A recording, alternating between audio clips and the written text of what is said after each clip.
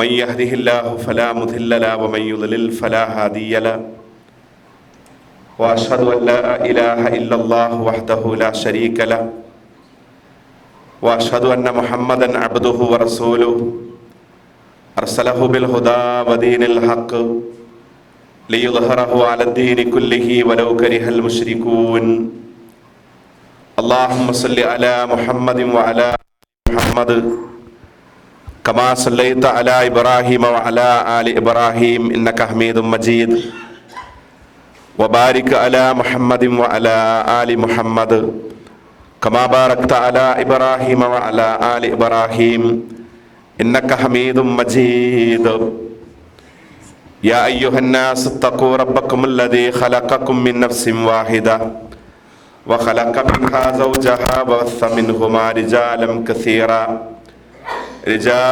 كثيرا ونساء واتقوا الله الذي تساءلون به والأرحام إن الله كان عليكم رقيبا يا أيها الذين آمنوا اتقوا الله إن الله خبير بما تعملون أعوذ بالله من الشيطان الرجيم يا أيها الذين آمنوا اتقوا الله حق تقاته ولا تموتن إلا وأنتم مسلمون بسم الله الرحمن الرحيم الذين يظنون أنهم ملاقو ربهم وأنهم إليه راجعون. സമാദരണീയരായ വേദിയിലും സദസ്സിലും ഇരിക്കുന്ന ഇസ്ലാഹി സെന്ററിൻ്റെ സാരഥികളെ, പ്രിയപ്പെട്ട സംഘാടകരെ, സഹോദരങ്ങളെ, ജീവിതത്തിൻ്റെ എല്ലാ സന്ദർഭങ്ങളിലും സ്രഷ്ടാവായ അള്ളാഹുവിൻ്റെ നിയമനിർദ്ദേശങ്ങൾ പാലിച്ചും സൂക്ഷിച്ചും അവൻ്റെ തൃപ്തിയും പ്രീതിയും കൃപയും നേടിയെടുക്കുവാൻ പരമാവധി പരിശ്രമിക്കണം എന്ന് സ്വന്തത്തോടും അതോടൊപ്പം നിങ്ങൾ ഓരോരുത്തരോടും ഓർമ്മപ്പെടുത്തുകയാണ്, ഉപദേശിക്കുകയാണ്. അത്തരം ഭാഗ്യശാലികളിൽ, മുത്തക്കികളിൽ, വിശിഷ്യ മുവഹിദുകളിൽ അള്ളാഹു നമ്മെല്ലാവരെയും ഉൾപ്പെടുത്തി അനുഗ്രഹിക്കുമാറാവട്ടെ. അൽഹംദുലില്ലാഹ്, കേരള നദ്വത്തുൽ മുജാഹിദീൻ നടത്തിക്കൊണ്ടിരിക്കുന്ന ഹജ്ജ് ഉംറ സർവീസിന്റെ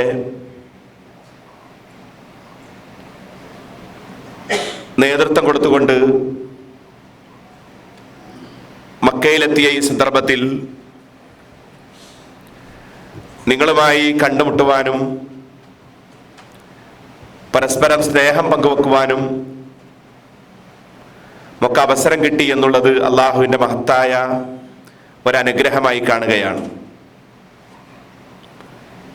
ഇങ്ങനെ അവസരം നൽകിയ അള്ളാഹുവിനെ സ്തുതിക്കുന്നു. അതോടൊപ്പം തന്നെ അൽഹംദുലില്ലാഹ്, ഇങ്ങനെ ഒരു അവസരം നൽകിയ ഈ സംഘാടകർക്കും എന്നെ അതിനു വേണ്ടി വിളിച്ച പ്രിയപ്പെട്ട സുൽഫിഖർ അലി സാഹിബിനുമെല്ലാം പ്രത്യേകമായ കൃതജ്ഞതയും നന്ദിയും രേഖപ്പെടുത്തുകയാണ്. ഈ ഭൂമി ലോകത്ത് മറ്റേതൊരു സൃഷ്ടിയെക്കാളും ബുദ്ധി കൊണ്ടും വിവേകം കൊണ്ടും സാമർഥ്യം കൊണ്ടും കഴിവ് കൊണ്ടും മുന്നിൽ നിൽക്കുന്നവരാണ് മനുഷ്യരായിട്ടുള്ള നമ്മൾ.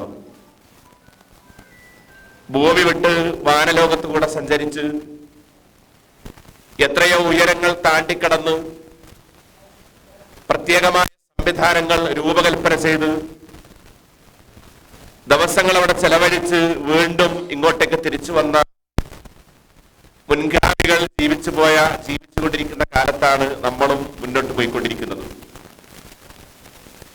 വലിയ ആർത്തറമ്പി വരുന്ന തിരമാലകളെല്ലാം ഭേദിച്ച് മഹാസാഗരങ്ങളിൽ, അന്തർവാഹിനികളിലോ കപ്പലുകളിലോ സഞ്ചരിച്ച് താഴോട്ട് പോയി മത്സ്യലോകത്ത് തിരിച്ചു വന്നവരും നമ്മുടെ മുൻഗാമികളിലുണ്ട്. ചുരുക്കത്തിൽ കരയും കടലുമൊക്കെ തങ്ങളുടെ വരുതിയിൽ കൊണ്ടുവരുന്നിടത്ത് വിജയിച്ചവരാണ് മനുഷ്യർ എന്ന് പറയുന്ന നമ്മൾ. ഇങ്ങനെയൊക്കെ ആണെങ്കിലും ഇത്രമാത്രം ഉയർന്ന വളർന്ന ആ മനുഷ്യനെ സംബന്ധിച്ചും ആ മനുഷ്യന്റെ സ്രഷ്ടാവ് പറഞ്ഞ ചില യാഥാർത്ഥ്യങ്ങൾ വിശുദ്ധ ഖുർആനിന്റെ അധ്യാപനങ്ങളിലൂടെ കടന്നു പോകുമ്പോൾ നമുക്ക് കാണാൻ കഴിയും. ഖുലിഖൽ ഇൻസാനു ദഈഫ, മനുഷ്യൻ സൃഷ്ടിക്കപ്പെട്ടിരിക്കുന്നത് തീർത്തും ദുർബലാവസ്ഥയിലാണ്. ഏതൊക്കെയോ സന്ദർഭങ്ങളിൽ മനുഷ്യൻ അവന്റെ ദുർബലതയും പോരായ്മയും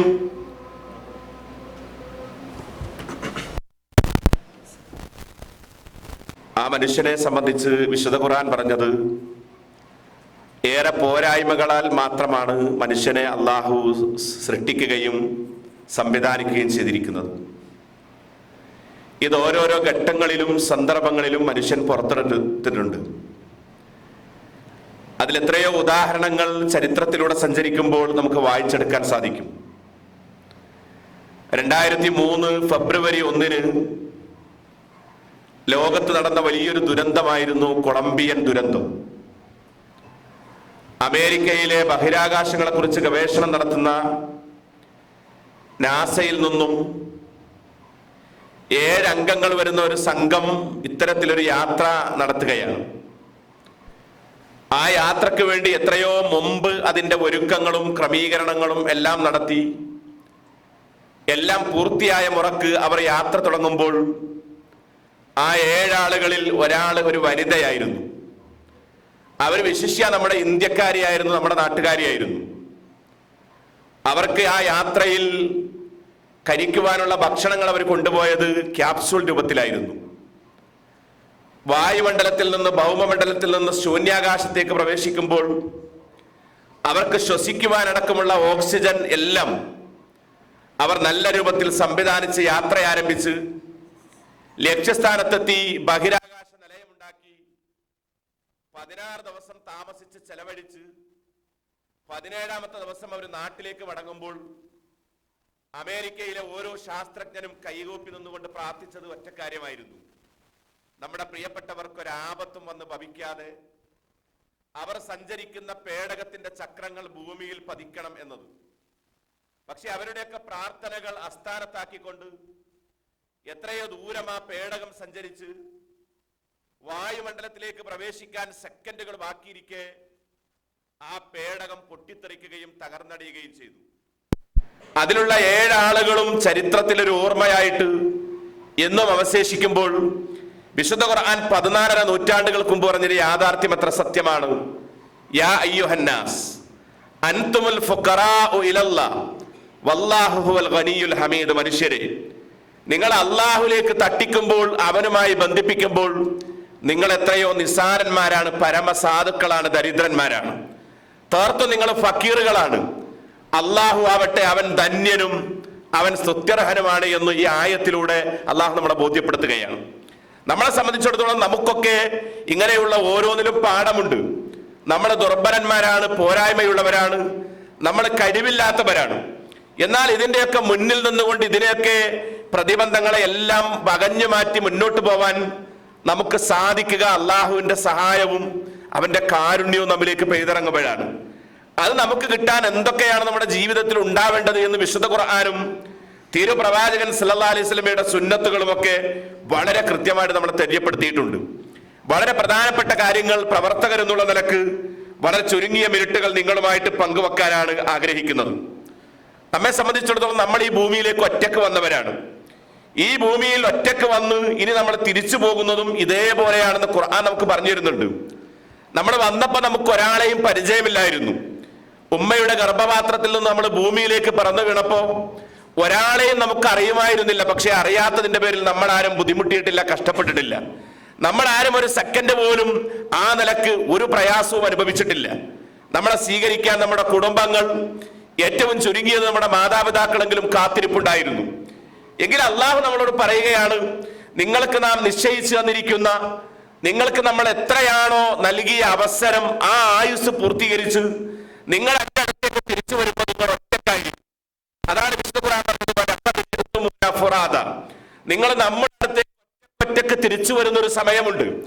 ആ സമയമെത്തുമ്പോൾ എന്തൊക്കെയാണോ നിങ്ങൾ സമ്പാദിച്ചത്, ഒരു പുരുഷായുസ്സിൽ നിങ്ങൾ നേടിയെടുത്തത് മുഴുവൻ നിങ്ങൾ ഉപേക്ഷിച്ചിട്ടായിരിക്കും എവിടെ നിന്ന് മടങ്ങിപ്പോരുന്നത്, എന്റെ അടുത്തേക്ക് നിങ്ങൾ പതുക്കെ പതുക്കെ തിരിച്ചു വരുന്നത് എന്ന് ഖുർആൻ പറയുമ്പോൾ ഈ തിരിച്ചുപോക്കും അവിടെ നമുക്ക് വേണ്ട പാതയങ്ങൾ എന്നതിനെ കുറിച്ചുള്ള ആലോചനയുമാണ് നമ്മുടെ ജീവിതത്തിൽ. നമ്മൾ ധാരാളക്കണക്കിന് യാത്രകൾ നടത്താറുണ്ട്. വിദേശത്ത് ജോലി ചെയ്യുന്ന നമ്മൾ ഓരോരുത്തരും, നിങ്ങളൊക്കെ തന്നെയും വിശിഷ്യ ഇങ്ങോട്ടേക്ക് ഇടക്കിടക്ക് യാത്ര ചെയ്യുന്നു, ഇവിടെ യാത്ര ചെയ്യുന്നു. പലപ്പോഴും ദൂരയാത്രകളുണ്ട്. ഓരോ യാത്രകളും നമ്മുടെ നാട്ടിലും അല്ലാത്തിടത്തുമൊക്കെ അതിൻ്റെതായിട്ടുള്ള വ്യതിരക്തതകൾ നമുക്ക് കാണാൻ കഴിയും. ഇപ്പൊ രാവിലെ നമ്മുടെ വീട്ടിൽ നിന്ന് നാട്ടിലാണെങ്കിൽ ഇവിടെയാണെങ്കിൽ ജോലി സ്ഥലത്തേക്ക് പോകുന്നതൊരു യാത്രയാണ്. നമ്മൾ അങ്ങാടിയിലേക്ക് വെറുതെ ഒന്ന് ഇറങ്ങുന്നതൊരു യാത്രയാണ്. ഈ സെന്ററിലേക്ക് നമ്മുടെ ക്ലാസ്സിന് ഇപ്പൊ വന്നത് ചെറിയൊരു യാത്രയായിരുന്നു. നമ്മളൊരു ഡോക്ടറെ കാണാൻ വേണ്ടി ഒരു ഡോക്ടറുടെ അടുത്തേക്ക് കടന്നു പോകുന്നത് ഒരു യാത്രയാണ്. നമ്മുടെ മക്കൾ സ്കൂളിലേക്ക് പോകുന്നത്, മദ്രസയിലേക്ക് പോകുന്നത്, നമ്മളൊരു ഫംഗ്ഷന് കടന്നു പോകുന്നത് എല്ലാം അതിൻ്റെതായ വിധത്തിലുള്ള യാത്രയാണ്. എങ്കിൽ നമ്മൾ ചിന്തിച്ചു നോക്കൂ, ഈ യാത്രകളിലൊക്കെ തന്നെയും വ്യത്യാസങ്ങൾ നമുക്ക് കാണാൻ കഴിയും. ഇപ്പൊ രാവിലെ വീട്ടിൽ നിന്നൊരു കൂലിവേലക്ക് വേണ്ടി ജോലിക്ക് വേണ്ടി പോകുന്ന ആളുടെ ഒരുക്കമല്ല ഒരു ഓഫീസിലേക്ക് പോകുന്ന ആൾക്ക്. ആ ഒരുക്കത്തിൽ മാറ്റം നമുക്ക് കാണാൻ കഴിയും. ഒരു ഓഫീസിലേക്ക് പോകുന്ന ഒരാളുടെ ഒരുക്കമല്ല സ്കൂളിലേക്ക് ഒരുങ്ങി പോകുന്ന ഒരു കുട്ടിയെ സംബന്ധിച്ചിടത്തോളം ഉള്ള ഒരുക്കം. ഓരോന്നിലും അങ്ങനെയാണ്. ഇപ്പൊ നമ്മുടെ ഒരു വിവാഹ വീട്ടിലേക്ക് നമ്മൾ ഒരുങ്ങുമ്പോ അതിൻ്റെതായ ഒരു ഒരുക്കമുണ്ട്. എങ്കിൽ ആ ഒരുക്കമായിരിക്കില്ല നമ്മുടെ ഏറ്റവും അടുത്ത കുടുംബത്തിൽ ഒരു മരണ വാർത്ത അറിഞ്ഞു കഴിഞ്ഞാൽ നമ്മൾ അങ്ങോട്ട് പോകുന്നത്. ആ യാത്ര വളരെ പെട്ടെന്നായിരിക്കും. അവിടെ നമ്മൾ വസ്ത്രം നോക്കുന്നില്ല, അവിടെ നമുക്ക് ധരിക്കുവാനുള്ള ഒന്നും നമ്മൾ ഏറ്റവും നല്ലതിനെ കുറിച്ച് ആലോചിക്കുന്നില്ല. ഇങ്ങനെ ഓരോന്നിലും നമുക്ക് വ്യതിരക്തത കാണാൻ കഴിയും. എങ്കിൽ നമ്മൾ ചിന്തിച്ചു നോക്കൂ, അള്ളാഹുവിന്റെ അടുത്തേക്ക് നമ്മൾ പോവേണ്ടുന്ന ഒരു യാത്രയുണ്ട്. ആ തിരിച്ചു യാത്രയെ കുറിച്ച് വിശുദ്ധ ഖുർആൻ പല പല രംഗങ്ങളിൽ നമ്മളെ ബോധ്യപ്പെടുത്തിയതായിട്ട് കാണാൻ കഴിയുന്നു. ആ യാത്ര ഏറ്റവും ഒരുക്കം ആവശ്യമായിട്ടുള്ള യാത്രയാണ്. ആ യാത്രക്ക് വേണ്ടി ധാരാളക്കണക്കിന് സംവിധാനങ്ങൾ മറ്റേതിനേക്കാളും നമ്മൾ ഒരുക്കിക്കൊണ്ടിരിക്കണം. അവിടെ നമ്മൾ ചെന്നെത്തുന്ന സമയത്ത് അള്ളാഹുവിന്റെ മുമ്പിലെത്തുമ്പോ സന്തോഷത്തോടു കൂടി തല ഉയർത്തി നിൽക്കാൻ സാധിക്കണം. അവിടെ നമുക്ക് വിജയത്തോടു കൂടി നിൽക്കാൻ സാധിക്കണം. അള്ളാഹുവിനെ കണ്ടുമുട്ടുന്ന ലിഖാഉള്ളയെ കുറിച്ച് ഖുർആൻ പറഞ്ഞിടത്ത് അവിടെയൊക്കെ നമുക്ക് കാണാൻ കഴിയുന്നത് സത്യസന്ധമായിട്ട് നമ്മുടെ ജീവിതത്തെ മാറ്റിവെക്കാൻ ഒരാൾക്ക് സാധിക്കുന്നുവെങ്കിൽ അവിടെയാണ് അള്ളാഹുവിന്റെ മുമ്പിൽ വിജയത്തോടു കൂടി നിൽക്കാൻ സാധിക്കുന്നത്. ഞാൻ ആമുഖമായി ഓതിവെച്ച ആയത്ത് അതാണ് നമ്മളെ ബോധ്യപ്പെടുത്തുന്നത്. അല്ലദീന യളുന്നൂന അന്നഹും മുലാഖു റബ്ബിഹിം വഅന്നഹും ഇലൈഹി റാജിഊൻ. വിശ്വാസികളെ സംബന്ധിച്ചിടത്തോളം അള്ളാഹു പറയുന്നത്, പരിചയപ്പെടുത്തുന്നത്, അവർ അള്ളാഹുലേക്ക് മടങ്ങുമെന്ന്, അവനിലേക്ക് തിരിച്ചു പോകുമെന്ന് വിചാരിക്കുന്നവരും ആ രൂപത്തിൽ ചിന്തിക്കുന്നവരുമാണ്. യളുന്നൂന അന്നഹും മുലാഖു റബ്ബിഹിം, തങ്ങളുടെ റബ്ബിനെ കണ്ടുമുട്ടും, അവനുമായിട്ടുള്ളൊരു ലിഖാ എന്നത് മനസ്സിൽ ദൃഢമായി കൊണ്ടു നടക്കുന്നവരാണവർ. ആ നിലക്ക് ചിന്തിക്കുന്നവരാണവർ. നമ്മൾ ആലോചിക്കും, മൂസാ നബി അലൈഹിസ്സലാത്തു വസ്സലാം. മൂസാ അലൈഹിസ്സലാത്തു വസ്സലാം പ്രവാചകൻ ധാരാളം പ്രതിസന്ധികളിലൂടെ കടന്നുപോയ പ്രവാചകനാണ്. ഒരുപാട് ബുദ്ധിമുട്ടുകൾ അദ്ദേഹത്തിന് ഉണ്ടായിട്ടുണ്ട്. ജന്മം മുതൽ അവിടെ പ്രയാസങ്ങളായിരുന്നു. മൂസാ അലൈഹി സ്വലാത്തു വസ്സലാം ജനിക്കുമ്പോ ആ നാട്ടിലെ അവസ്ഥ എന്ന് പറയുന്നത് ബനു ഇസ്രായേലിനെ മുഴുവൻ മക്കളെയും ജീവനോടെ കൊല്ലുന്ന ഒരു സാഹചര്യം ഉണ്ടായിരുന്നു, തലയെറുക്കുന്ന ഒരു സാഹചര്യം ഉണ്ടായിരുന്നു. അവിടെയാണ് മൂസാ അലൈഹി സ്വലാത്തു വസ്സലാം ജനിക്കുന്നത്. ഈ സമയത്ത് അള്ളാഹു മൂസാ നബി അലൈഹി സ്വലാത്തു വസ്സലാമയുടെ ഉമ്മക്ക് വഹീ കൊടുത്തു. നിങ്ങളുടെ മകൻ, നിങ്ങളുടെ മോന്റെ വിഷയത്തിൽ നിങ്ങൾക്ക് ആശങ്കയുണ്ടെങ്കിൽ നിങ്ങൾ അവനെ ഒരു പെട്ടിയിലിട്ട് അടച്ചിട്ട് നദിയിൽ ഒഴുക്കണമെന്നാണ് അള്ളാഹു വഹീ കൊടുത്തത്. നമ്മൾ ആലോചിച്ച് നോക്കൂ, ഒരു ഉമ്മയുടെ മാനസികാവസ്ഥ എന്തായിരിക്കും, ഒരു സഹോദരിയുടെ വൈകാരികത എന്തായിരിക്കും. പ്രസവിച്ച ഉടനെ തന്റെ കുഞ്ഞിനെ ഒരു പെട്ടിയിലിട്ട് ഒരു നദിയിൽ ഒഴുക്കണമെന്ന് പറഞ്ഞാൽ അത് വല്ലാത്ത ഒരു പേടിപ്പെടുത്തുന്ന അവസ്ഥയായിരിക്കും. പക്ഷെ എല്ലാം അള്ളാഹുവിൽ തവക്കുൽ ചെയ്തുകൊണ്ട് മൂസാ അലൈഹി സ്വലാമയുടെ ഉമ്മ ആ കുഞ്ഞിനെ പെട്ടിയിലിട്ട് ഒഴുക്കി. ആ കുഞ്ഞ് ഏതൊരു ശത്രുവിൽ നിന്ന് രക്ഷപ്പെടുത്താനാണോ ഇങ്ങനെ ഒരു സംവിധാനത്തെ അള്ളാഹു കാണിച്ചു കൊടുത്തത്, അതേ ശത്രുവിന്റെ കൈകളിലേക്കാണ് വന്നത്. അതേ ഫറോവയുടെ കൊട്ടാരത്തിൽ സന്തോഷകരമായിട്ട് വളരുകയാണ്, എല്ലാ സുഖങ്ങളും സൗകര്യങ്ങളും. പിന്നീട് അവിടുന്ന് യുവാവായിരിക്കെ യുവത്വത്തിലേക്ക് എത്തിയപ്പോ അദ്ദേഹത്തിന് പറ്റിയ ഒരു ചെറിയ കൈപ്പശക കാരണം ഒരാൾ കൊല്ലപ്പെടുകയും അവിടുന്ന് രാജ്യം വിടുകയും ചെയ്യേണ്ടി വന്നു. അങ്ങനെ മറ്റൊരു നാട്ടിൽ പോയി വർഷങ്ങൾ അവിടെ ചെലവഴിച്ച് ഒരു പ്രവാചകന്റെ മോളെ വിവാഹം കഴിച്ച് മക്കളായിട്ട് വീണ്ടും നാട്ടിലേക്ക് തിരിച്ചു വരുന്ന വഴിയാണല്ലോ അള്ളാഹു നബുവത്ത് ഏൽപ്പിച്ചു കൊടുത്തത്. ആ നബുവത്ത് ഏൽപ്പിച്ചു കൊടുത്തിട്ട് അള്ളാഹു എന്താണ് പറഞ്ഞത്? ഇദ്ഹബ് ഇലാ ഫിർഔൻ ഇന്നഹു തഗ, താങ്കൾ ഫിർഔനിന്റെ അടുത്തേക്ക് തന്നെയാണ് പോകേണ്ടത്. ഏതാണ് ആ ഫിർഔൻ? എത്രയോ വർഷങ്ങൾ ആ ഫിർഔനിന്റെ കൊട്ടാരത്തിൽ അവിടുത്തെ ഭക്ഷണവും അവിടുത്തെ എല്ലാ അനുഗ്രഹങ്ങളും നുകർന്ന് ജീവിതത്തെ മുന്നോട്ട് കൊണ്ടുപോയിട്ടുള്ള മൂസ അലൈഹിസ്സലാത്തു വസ്സലാം അതേ ആളുടെ കൊട്ടാരത്തിലേക്ക് കടന്നു ചെന്ന് അവിടെ ദഅവത്ത് നടത്തണം എന്നാണ് അള്ളാഹു ആജ്ഞാപിച്ചത്, എന്നാണ് അള്ളാഹു പറഞ്ഞു കൊടുത്തത്. അങ്ങനെ മൂസ അലൈഹിസ്സലാത്തു വസ്സലാം അവിടെ പോകുന്നു. അങ്ങനെ അവിടെ പോവുക മാത്രമല്ല, വാഗ്വാദങ്ങൾ ഉണ്ടായി, സംവാദങ്ങൾ ഉണ്ടായി, തർക്ക വിതർക്കങ്ങൾ ഉണ്ടായി, എല്ലാം ഉണ്ടായി. അവസാനം നൂറുകണക്കിന് ആളുകൾ വലിയ മത്സരത്തിലൂടെ മൂസ അലൈഹിസ്സലാത്തു വസ്സലാമയിൽ വിശ്വസിച്ചു. ഞാൻ ആ ചരിത്രം പറയാനല്ല, അങ്ങനെ വന്ന് അവസാനം അള്ളാഹുവിന്റെ ആജ്ഞപ്രകാരം ഈ ശത്രുവിന്റെ പീഡനത്തിൽ നിന്ന്, ഭീതിതാവസ്ഥയിൽ നിന്ന് മോചനം ലഭിക്കാൻ, മുക്തി ലഭിക്കാൻ മറ്റൊരു നാട്ടിലേക്ക് അള്ളാഹു പലായനം ചെയ്യാൻ വേണ്ടി പറഞ്ഞു. അങ്ങനെ തീഹ് മരുഭൂമി, ചെങ്കടൽ പിളർത്തി ആ കടലിനെ മാറ്റി വകഞ്ഞു മാറ്റി വഴിയുണ്ടാക്കി അള്ളാഹു എല്ലാ വഴിയും ഒരുക്കി കൊടുത്ത് അള്ളാഹു രക്ഷയും കാവലും നൽകി. അങ്ങനെ അത് ആ തീഹ് മരുഭൂമിയിലെത്തി. എല്ലാ സൗകര്യങ്ങളും സംവിധാനങ്ങളും അള്ളാഹു ഒരുക്കി കൊടുത്തു. എല്ലാം അവർക്ക് കൊടുത്തു, എല്ലാ നിഅമത്തും അവർക്ക് ആവോളം അള്ളാഹു ചൊരിഞ്ഞു കൊടുത്തു. എന്നിട്ട് അള്ളാഹു മൂസ അലൈഹിസ്സലാത്തു വസ്സലാമയോട് പറഞ്ഞു, മൂസ പ്രവാചകരെ, താങ്കളുടെ ആളുകൾക്ക് മാർഗദർശനമായി നമ്മളൊരു ഗ്രന്ഥം അവർക്ക് നൽകാൻ പോവുകയാണ്. ആ ഗ്രന്ഥം സ്വീകരിക്കാൻ താങ്കളിൽ ചില പ്രധാനപ്പെട്ട ആളുകളുമായിട്ട് തൂർ പർവ്വതത്തിന്റെ മുകളിലേക്ക് വരണം. അതിന്റെ മുമ്പായിട്ട് അവരിൽ നിന്ന് ഏറ്റവും നല്ലവരെ തെരഞ്ഞെടുത്ത് 40 ദിവസം വ്രതം അനുഷ്ഠിക്കണം. മൂസ അലൈഹിസ്സലാത്തു വസ്സലാം അവരിൽ വളരെ കൃത്യമായി കണക്കെടുത്ത് സ്ക്രീൻ ചെയ്ത് ഏറ്റവും ഈമാനുള്ള 70ഓളം ആളുകളെ തെരഞ്ഞെടുത്ത് തുടർച്ചയായി 40 ദിവസം നോമ്പ് അനുഷ്ഠിച്ച് അത് പൂർത്തിയായ മുറക്ക് തൂർ പർവ്വതത്തിലേക്ക് പോവുകയാണ് ഇവരെയും കൂട്ടി. അങ്ങനെ അവിടെ എത്തുമ്പോൾ ഒന്നിച്ചാണ് അവർ പുറപ്പെട്ടത്. അവിടെ എത്തുമ്പോ അള്ളാഹു മൂസ അലൈഹിസ്സലാത്തു വസ്സലാമയോട് ചോദിക്കുന്ന ഒരു ചോദ്യം ഖുർആൻ നമുക്ക് പറഞ്ഞു തരുന്നുണ്ട്. എന്താണത്? എന്താണ് നിന്റെ സമൂഹത്തിൽ നിന്ന് നിന്നെ ധൃതിപ്പെടുത്തിയ? കൂടെയുള്ളവരെ കാണുന്നില്ലല്ലോ മൂസ. പുറപ്പെട്ടപ്പോ ഈ വന്ന 10-70ഓളം ആളുകൾ എവിടെയാണ് അവർ? മൂസ അലൈഹിസ്സലാത്തു വസ്സലാം പിന്നോട്ട് തിരിഞ്ഞു നോക്കി. ആ സമയത്ത് മൂസ അലൈഹിസ്സലാത്തു വസ്സലാം പറഞ്ഞു, അള്ളാഹുവേ, ഞാൻ പുറപ്പെട്ടപ്പോ ഒന്നിച്ചായിരുന്നു, പിന്നെ ഞാൻ അത് ശ്രദ്ധിക്കാതെ നിന്റെ അടുത്തേക്കുള്ള ഓട്ടം ഞാനത് വിട്ടുപോയി. അവര് വരുമെന്ന് ഞാൻ പ്രതീക്ഷിക്കുന്നു. ഈ സമയത്ത് അള്ളാഹു മൂസ അലൈഹി സ്വലാമയോട് ചോദിച്ചൊരു ചോദ്യമുണ്ട്. അവരിൽ നിന്നും ധൃതിപ്പെടുത്തിയ കാര്യം എന്താണ്? എന്നെ വേഗതപ്പെടുത്തിയ കാര്യം എന്താണ്? മൂസ അലൈഹി സ്വലാത്തു വസ്സലാം പറഞ്ഞത്, വഅജിൽതു ഇലൈക റബ്ബി ലിതർലാ, പടച്ചവനെ, നിന്റെ പ്രീതി കിട്ടാൻ വേണ്ടി, നിന്റെ ഇഷ്ടം കിട്ടാൻ വേണ്ടി ഞാൻ ഓടിയപ്പോ ഞാൻ മറ്റുള്ളവരെയൊക്കെ മറന്നുപോയി എന്ന് മൂസ അലൈഹി സ്വലാത്തു വസ്സലാം പറഞ്ഞത് ഖുർആൻ നമുക്ക് പറയുകയാണ്. ഖുർആൻ നമുക്ക് പറഞ്ഞു തരികയാണ്. ഇവിടെ നമ്മെ സംബന്ധിച്ചിടത്തോളം അള്ളാഹു നമുക്ക് നൽകിയ 10, 60, 70 ഒക്കെ വർഷത്തെ ആയുസ് എന്തിനാണ് നമ്മൾ ഉപയോഗപ്പെടുത്തേണ്ടതെന്ന് ചോദിച്ചാൽ അത് അള്ളാഹുവിന്റെ തൃപ്തിക്ക് വേണ്ടിയായിരിക്കണം. അള്ളാഹുവിന്റെ തൃപ്തിക്ക് വേണ്ടിയായിരിക്കണം.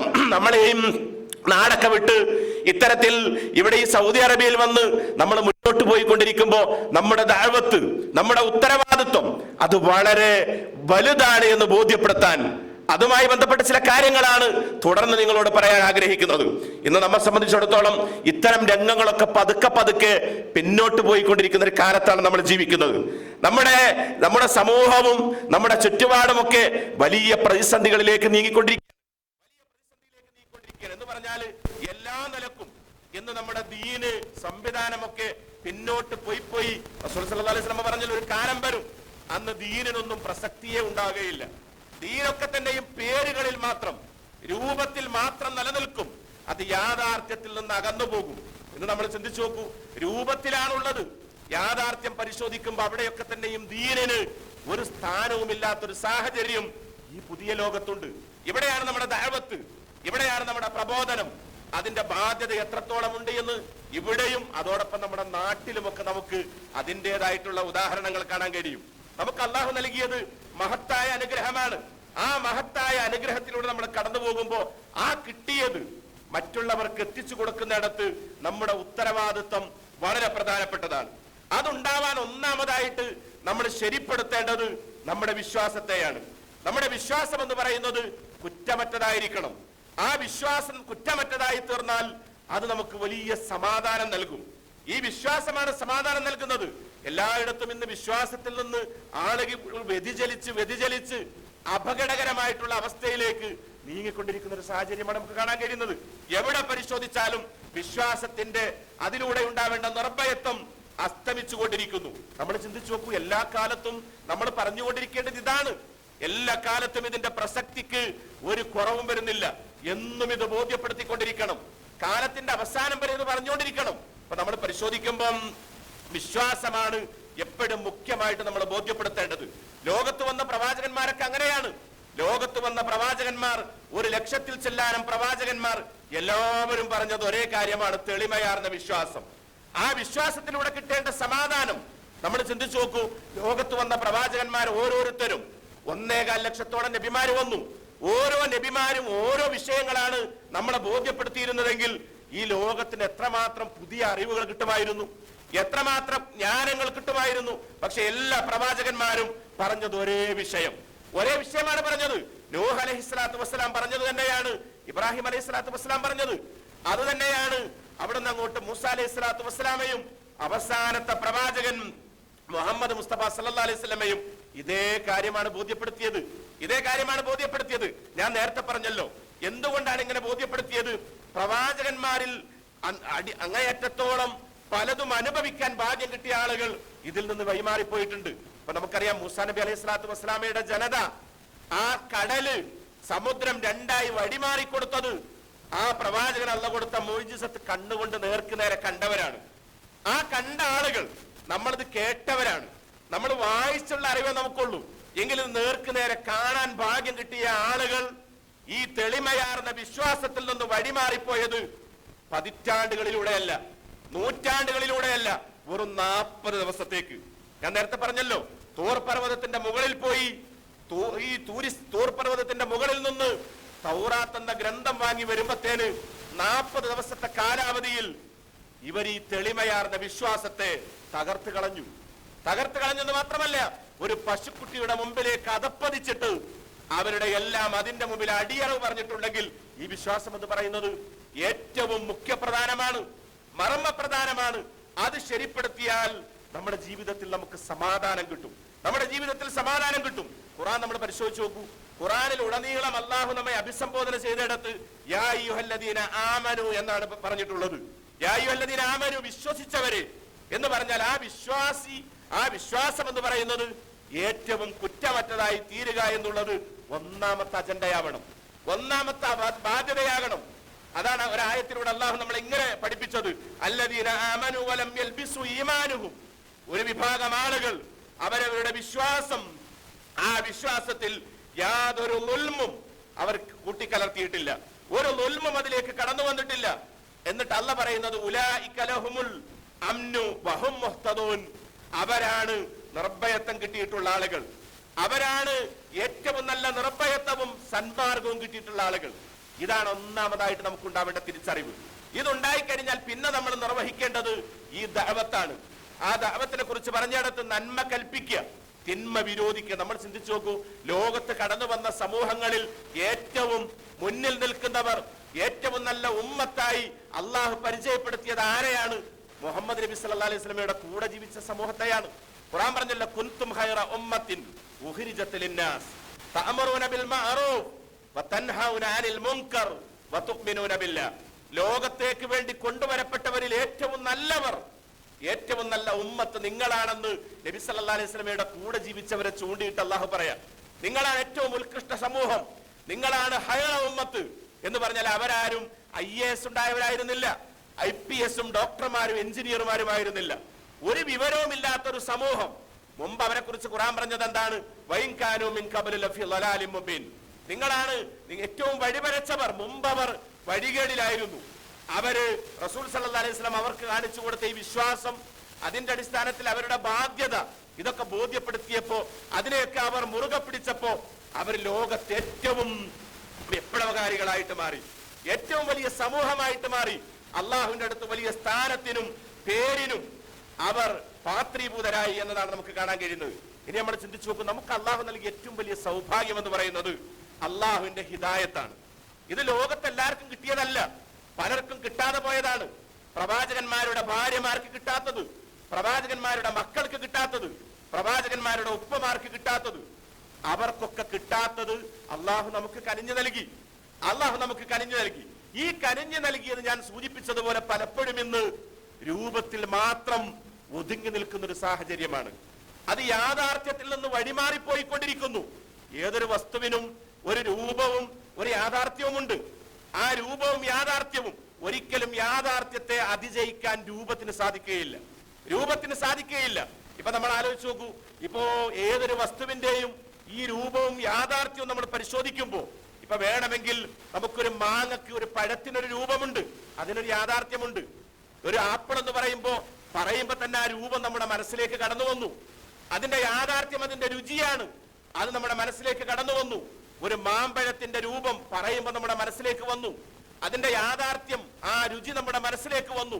എങ്കിൽ നമ്മൾ ആലോചിക്കൂ, ഒരു നല്ല കലാകാരന്, വിദഗ്ധനായ ഒരു കലാകാരന് ഒരു മാങ്ങയുടെ രൂപം സൃഷ്ടിക്കാൻ കഴിയും. പ്രത്യക്ഷത്തിൽ കാണുന്ന ഏതൊരാൾക്കും അത് ഒറിജിനലാണെന്ന് തോന്നും. പക്ഷെ അത് യാഥാർത്ഥ്യത്തിലേക്ക് വരുമ്പോ അതിന്റെ ഉള്ളു പൊള്ളയായിരിക്കും. ഇതാണ് യഥാർത്ഥത്തിൽ ഇന്ന് പലപ്പോഴും നമ്മൾ പരിശോധിക്കുമ്പോൾ ഈ മുസ്ലിം ഉമ്മത്തിന്റെ അവസ്ഥ എന്ന് പറയുമ്പോൾ ഇവിടെയാണ്. നേരത്തെ ഇവിടെ പറഞ്ഞല്ലോ, ഇപ്പൊ ഒരു വലിയ തെരഞ്ഞെടുപ്പും സംവിധാനമൊക്കെ നമ്മുടെ മുമ്പിൽ കഴിഞ്ഞു. നമ്മൾ അടുത്തൊരു ഭാവിയെ കുറിച്ച് ഭയപ്പെട്ടുകൊണ്ടിരിക്കുന്നു. ഈ ഭയപ്പാടിൽ നിന്ന് നമുക്ക് മുക്തമാവാനുള്ള ഏക പരിഹാരം നമ്മൾ നമ്മുടെ ദൗത്യത്തിൽ ഉറച്ചു നിൽക്കണം, നമ്മുടെ ഉത്തരവാദിത്വത്തിൽ നമ്മൾ ഉറച്ചു നിൽക്കണം, രൂപത്തോടൊപ്പം യാഥാർത്ഥ്യത്തിൽ നമ്മൾ ഉറച്ചു നിൽക്കണം. അമേരിക്കയിൽ 2 സഹപാഠികൾ ഒന്നിച്ചു പഠിച്ച് അവർ പഠനം പൂർത്തിയായ മുറക്ക് അവർ പരസ്പരം ഇഷ്ടമായിട്ട് വിവാഹം കഴിച്ചു. അവർ ഡോക്ടർമാരായി 2 പേരും. MBBS പഠിക്കുമ്പോൾ അവർക്ക് ഇഷ്ടമായി. പഠനം പൂർത്തിയായ മുറക്ക് അവര് വിവാഹിതരായപ്പോ ആ പുരുഷൻ ഒരു ക്രിസ്ത്യാനിയും ഈ പെൺകുട്ടി ഒരു മുസ്ലിമുമായിരുന്നു. അങ്ങനെ വിവാഹം കഴിഞ്ഞ് അവർ ഒന്നിച്ചിങ്ങനെ പോവാ. രണ്ടാളുടെ മതത്തിലാണ് ജീവിക്കുന്നത്. അങ്ങനെ ജീവിതം മുന്നോട്ട് പോയിക്കൊണ്ടിരിക്കുമ്പോൾ ഒരു ദിവസം ഭാര്യ വീട്ടിലേക്ക് വിരുന്ന് വന്നപ്പോ ഈ ഭർത്താവിന് സെൽഫിൽ നിന്നൊരു ഖുർആനിന്റെ ട്രാൻസ്ലേഷൻ കിട്ടി. അങ്ങനെ അത് വെറുതെ അങ്ങനെ ഇരുന്ന സമയത്ത് ഒഴിവ് എന്നുള്ള നിലക്ക് ടൈം പാസിനെടുത്തൊന്ന് മറിച്ചു നോക്കി. വായിക്കാൻ തുടങ്ങിയപ്പോ തിരക്കേടില്ല എന്ന് തോന്നി, നല്ലതാണെന്ന് തോന്നി. അങ്ങനെ അടുത്ത ദിവസം തന്റെ വീട്ടിലേക്ക് പോകുമ്പോ ഈ ഖുർആനിന്റെ പരിഭാഷ തന്റെ ഹാൻഡ് ബാഗിൽ വെച്ചു ഈ പുരുഷൻ. എന്നിട്ട് വീട്ടിൽ ഇടക്കിടക്ക് വായിക്കാൻ തുടങ്ങി. അങ്ങനെ വായിച്ച് ഏതാണ്ട് മാസങ്ങൾ പിന്നിട്ടപ്പത്തേന് അള്ളാഹുവിന്റെ ഹിദായത്തിലേക്ക് അയാൾക്ക് വഴി തുറന്നു കൊടുത്തു. ഹിദായത്തിന്റെ കവാടം അള്ളാഹു തുറന്നു കൊടുത്തു. അദ്ദേഹം ഇസ്ലാം മതം സ്വീകരിച്ചു. അവിടെ നിന്ന് അങ്ങോട്ട് അദ്ദേഹത്തിന്റെ ജീവിതത്തിൽ വലിയ വിപ്ലവങ്ങൾ സൃഷ്ടിക്കാൻ തുടങ്ങി. എല്ലായിടത്തും മാറ്റം, എല്ലായിടത്തും പരിവർത്തനം. അദ്ദേഹം നമസ്കാരത്തിൽ അത് കൃത്യമായിട്ട് നിർവഹിക്കൂ, കൃത്യനിഷ്ഠമായിട്ട് അത് പാലിക്കാൻ തുടങ്ങി. രാത്രിയുടെ അന്ത്യയാമങ്ങളിൽ എഴുന്നേറ്റ് നമസ്കരിക്കും. എല്ലാ തിങ്കളും നോൽക്കും. അദ്ദേഹത്തിന്റെ ഇബാദത്തുകളും ഈ കർമ്മങ്ങളും ആവേശവും ഒക്കെ കണ്ടപ്പോ ഭാര്യ ഒരിക്കൽ ചോദിച്ചു, നിങ്ങൾക്ക് എന്താണ് ഞങ്ങൾക്കില്ലാത്ത ഒരു ആവേശം? ഞങ്ങൾ കാലങ്ങളായിട്ട് ഇതിന്റെ ആളുകളായിട്ട് ഞങ്ങൾക്ക് കിട്ടാത്തൊരു താല്പര്യം എന്താണ് നിങ്ങൾക്ക്? ഈ സമയത്ത് ഈ ഭർത്താവ് പറഞ്ഞൊരു കാര്യമുണ്ട്, ഒരു മറുപടിയുണ്ട്. അതാണ് ഈ പുതിയ ലോകത്ത് നമ്മളെ ചിന്തിപ്പിക്കേണ്ടത്. പാരമ്പര്യമായി നിങ്ങളുടെ ഉപ്പൂപ്പമാരും വല്ലിപ്പമാരും ഒക്കെ നിങ്ങൾക്ക് കൈമാറിയ പൈതൃകത്തെ നിങ്ങളും പിന്തുണച്ചതിനപ്പുറത്ത് ഇതിന്റെ ഉള്ളിലുള്ളത് എന്താണെന്ന് നിങ്ങൾ തിരിച്ചറിഞ്ഞിട്ടില്ല. ആഴത്തിലേക്ക് നിങ്ങൾ കടന്നു ചെന്നിട്ടില്ല. ഞാനിത് പഠിച്ചിട്ടാണ് ഇതിലേക്ക് വന്നത്. അതുകൊണ്ട് ഇതിന്റെ മുമ്പിൽ ഉത്തരവാദിത്വം നിർവഹിച്ചിട്ടില്ലെങ്കിൽ അള്ളാഹുവിനോട് കണക്ക് പറയേണ്ടി വരും എന്ന ബോധ്യമുണ്ടെന്ന് ഈ ഭാര്യയോട് ഈ ഒരു ആദർശത്തിലേക്ക് കടന്നു വന്ന ഭർത്താവ് പറയുമ്പോൾ നമ്മൾ ആലോചിച്ച് നോക്കും. പുതിയ ലോകം അങ്ങനെയാണ്. പലപ്പോഴും ഞാൻ പറഞ്ഞല്ലോ, യാഥാർത്ഥ്യത്തിൽ പലപ്പോഴും ഇത് കുറഞ്ഞുകൊണ്ടിരിക്കുക. ഒരു ഉദാഹരണം കൂടെ പറയാം. ഡൽഹിയിൽ 2 കുട്ടികൾ ഒന്നിച്ച് പഠിച്ച് അങ്ങനെ പഠിച്ച് അവരുടെ ഡിഗ്രി പൂർത്തിയായ മുറക്ക് അവർ നേരത്തെ ഇഷ്ടത്തിലായി. അവരങ്ങനെ വിവാഹം കഴിക്കണമെന്നൊരവസ്ഥയിലെത്തി. ഈ ചെറുപ്പക്കാരനൊരു ഹൈന്ദവനാണ്, ഹിന്ദുവാണ്. പെൺകുട്ടി ഒരു മുസ്ലിമാണ്. 2 കുടുംബവും സാമ്പത്തികമായി നല്ല ഭദ്രതയുള്ള തരക്കേടില്ലാത്ത കുടുംബമാണ്. ഈ പഠനം പൂർത്തിയായ മുറക്ക് ഒരു ദിവസം ഈ ചെറുപ്പക്കാരൻ ഈ പെൺകുട്ടിയുടെ പിതാവിന്റെ അടുത്തേക്ക് വന്നു. എന്നിട്ട് പോയി പിതാവിനെ കണ്ടു.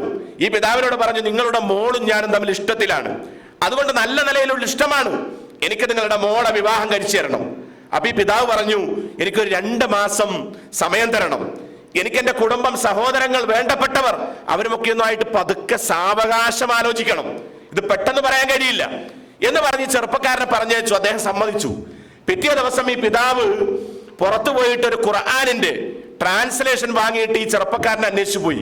അങ്ങനെ അവനെ കണ്ടെത്തി. അവനോട് പറഞ്ഞു, 2 മാസമാണ് ഞാൻ കാലാവധി ചോദിച്ചിട്ടുള്ളത്, അതുകൊണ്ട് ഈ കാലയളവിൽ മോൻ ഈ ഖുർആനിന്റെ പരിഭാഷ ഒന്ന് വായിക്കണം, ഇത് ഞങ്ങളുടെ ഗ്രന്ഥമാണ്, ഞങ്ങളുടെ പ്രവാചകൻ മുഹമ്മദ് നബി സല്ലല്ലാഹു അലൈഹി വസല്ലമക്ക് അള്ളാഹ് കൊടുത്തിട്ടുള്ള ഗ്രന്ഥമാണിത്, വേദഗ്രന്ഥങ്ങളുടെ അവസാനത്തെ പതിപ്പാണിത്.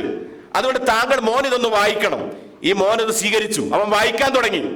വായിച്ച് 1.5 മാസം കഴിഞ്ഞപ്പോഴത്തേന് അവന്റെ മനസ്സിലേക്ക് ഇത് ആഴ്ന്നിറങ്ങിയെന്ന് മാത്രമല്ല, ഇസ്ലാമിന്റെ സമക്ഷത്തിലേക്ക് അവൻ കടന്നു വന്നു. അവനൊരു മുസ്ലിമായി. അങ്ങനെ അടുത്ത ദിവസം അവൻ ഈ ഖുർആനിന്റെ കോപ്പിയുമായിട്ട് ഈ പിതാവിന്റെ അടുത്തേക്ക് തിരിച്ചു വരുന്നുണ്ട്. ഈ വരുന്ന സമയത്ത് ഈ പിതാവിന്റെ അടുത്ത് അവൻ എത്തുകയാണ്. ഈ പിതാവ് അവനെ കണ്ടപ്പോ ആ പിതാവിന്റെ കണ്ണുകൾ നിറഞ്ഞുപോയി. കാര്യം മറ്റൊന്നുമല്ല, വരുമ്പോ അവന്റെ തലയിൽ ഒരു തൊപ്പി ഉണ്ടായിരുന്നു. വരുമ്പോ മുമ്പില്ലാത്ത വിധം അവന്റെ താടി കുറച്ച് വളർന്നിട്ടുണ്ടായിരുന്നു. ഇത് കണ്ടപ്പോ ഈ പിതാവിന് വല്ലാത്തൊരു മനസ്സിനൊരു സമാധാനം. ഈ സമയത്ത് ഈ ചെറുപ്പക്കാരൻ ഈ പിതാവിനോട് സലാമൊക്കെ ഓതി ഇരുന്നിട്ട് പറഞ്ഞു, നിങ്ങൾ എന്നോട് ചെയ്തത് വല്ലാത്തൊരു ഉപകാരമാണ്, ഇത് ഞാൻ ഒരിക്കലും മറക്കില്ല. നിങ്ങൾ എനിക്ക് ഈ തന്ന ഈ ഗ്രന്ഥത്തിന്റെ പരിഭാഷ എനിക്കൊരു വഴിത്തിരിവായി മാറി. അതുകൊണ്ട് ഞാൻ ഈ നിങ്ങളുടെ മതത്തിലേക്ക് വരാൻ നിങ്ങൾ എന്നെ സഹായിച്ചു. പക്ഷെ ഇനി എനിക്ക് പറയാനുള്ള മറ്റൊരു കാര്യമുണ്ട്, അത് നിങ്ങൾ ശ്രദ്ധയോടുകൂടി സാഗൂതം കേൾക്കണം. എന്താണ് കേൾക്കേണ്ടത് മറ്റൊന്നുമല്ല, ഞാൻ ഈ 1.5 മാസക്കാലം ഈ ഗ്രന്ഥത്തിന്റെ പരിഭാഷയിലൂടെ കടന്നുപോയപ്പോ എനിക്ക് ബോധ്യപ്പെട്ടൊരു കാര്യമുണ്ട്. നിങ്ങളുടെ മകളും ഈ ഗ്രന്ഥവും തമ്മിൽ ഒരു പൊരുത്തവുമില്ല, ഒരു പാരസ്പര്യവുമില്ല, ഒരു ബന്ധവും ഒരു കണക്ഷനുമില്ല. അതുകൊണ്ട് നിങ്ങളുടെ മോളിപ്പ ഞാൻ മനസ്സിലാക്കിയിടത്തോളം രൂപത്തിൽ മാത്രമാണ് നിലനിൽക്കുന്നത്, യാഥാർത്ഥ്യത്തിലേക്ക് കടന്നു വന്നിട്ടില്ല. അതുകൊണ്ട് ഞാൻ പറയട്ടെ, ഈ ഗ്രന്ഥം ഇന്ന് തന്നെ കൊണ്ടുപോയിട്ട് നിങ്ങൾ നിങ്ങളുടെ മോളുടെ കയ്യിൽ ഏൽപ്പിക്കണം, അവളോട് വായിക്കാൻ പറയണം. മാത്രമല്ല, ഇനി നിങ്ങളുടെ മോളുമായിട്ടുള്ള വിവാഹത്തെക്കുറിച്ച് എനിക്ക് ആലോചിക്കാൻ പോലും പറ്റൂല.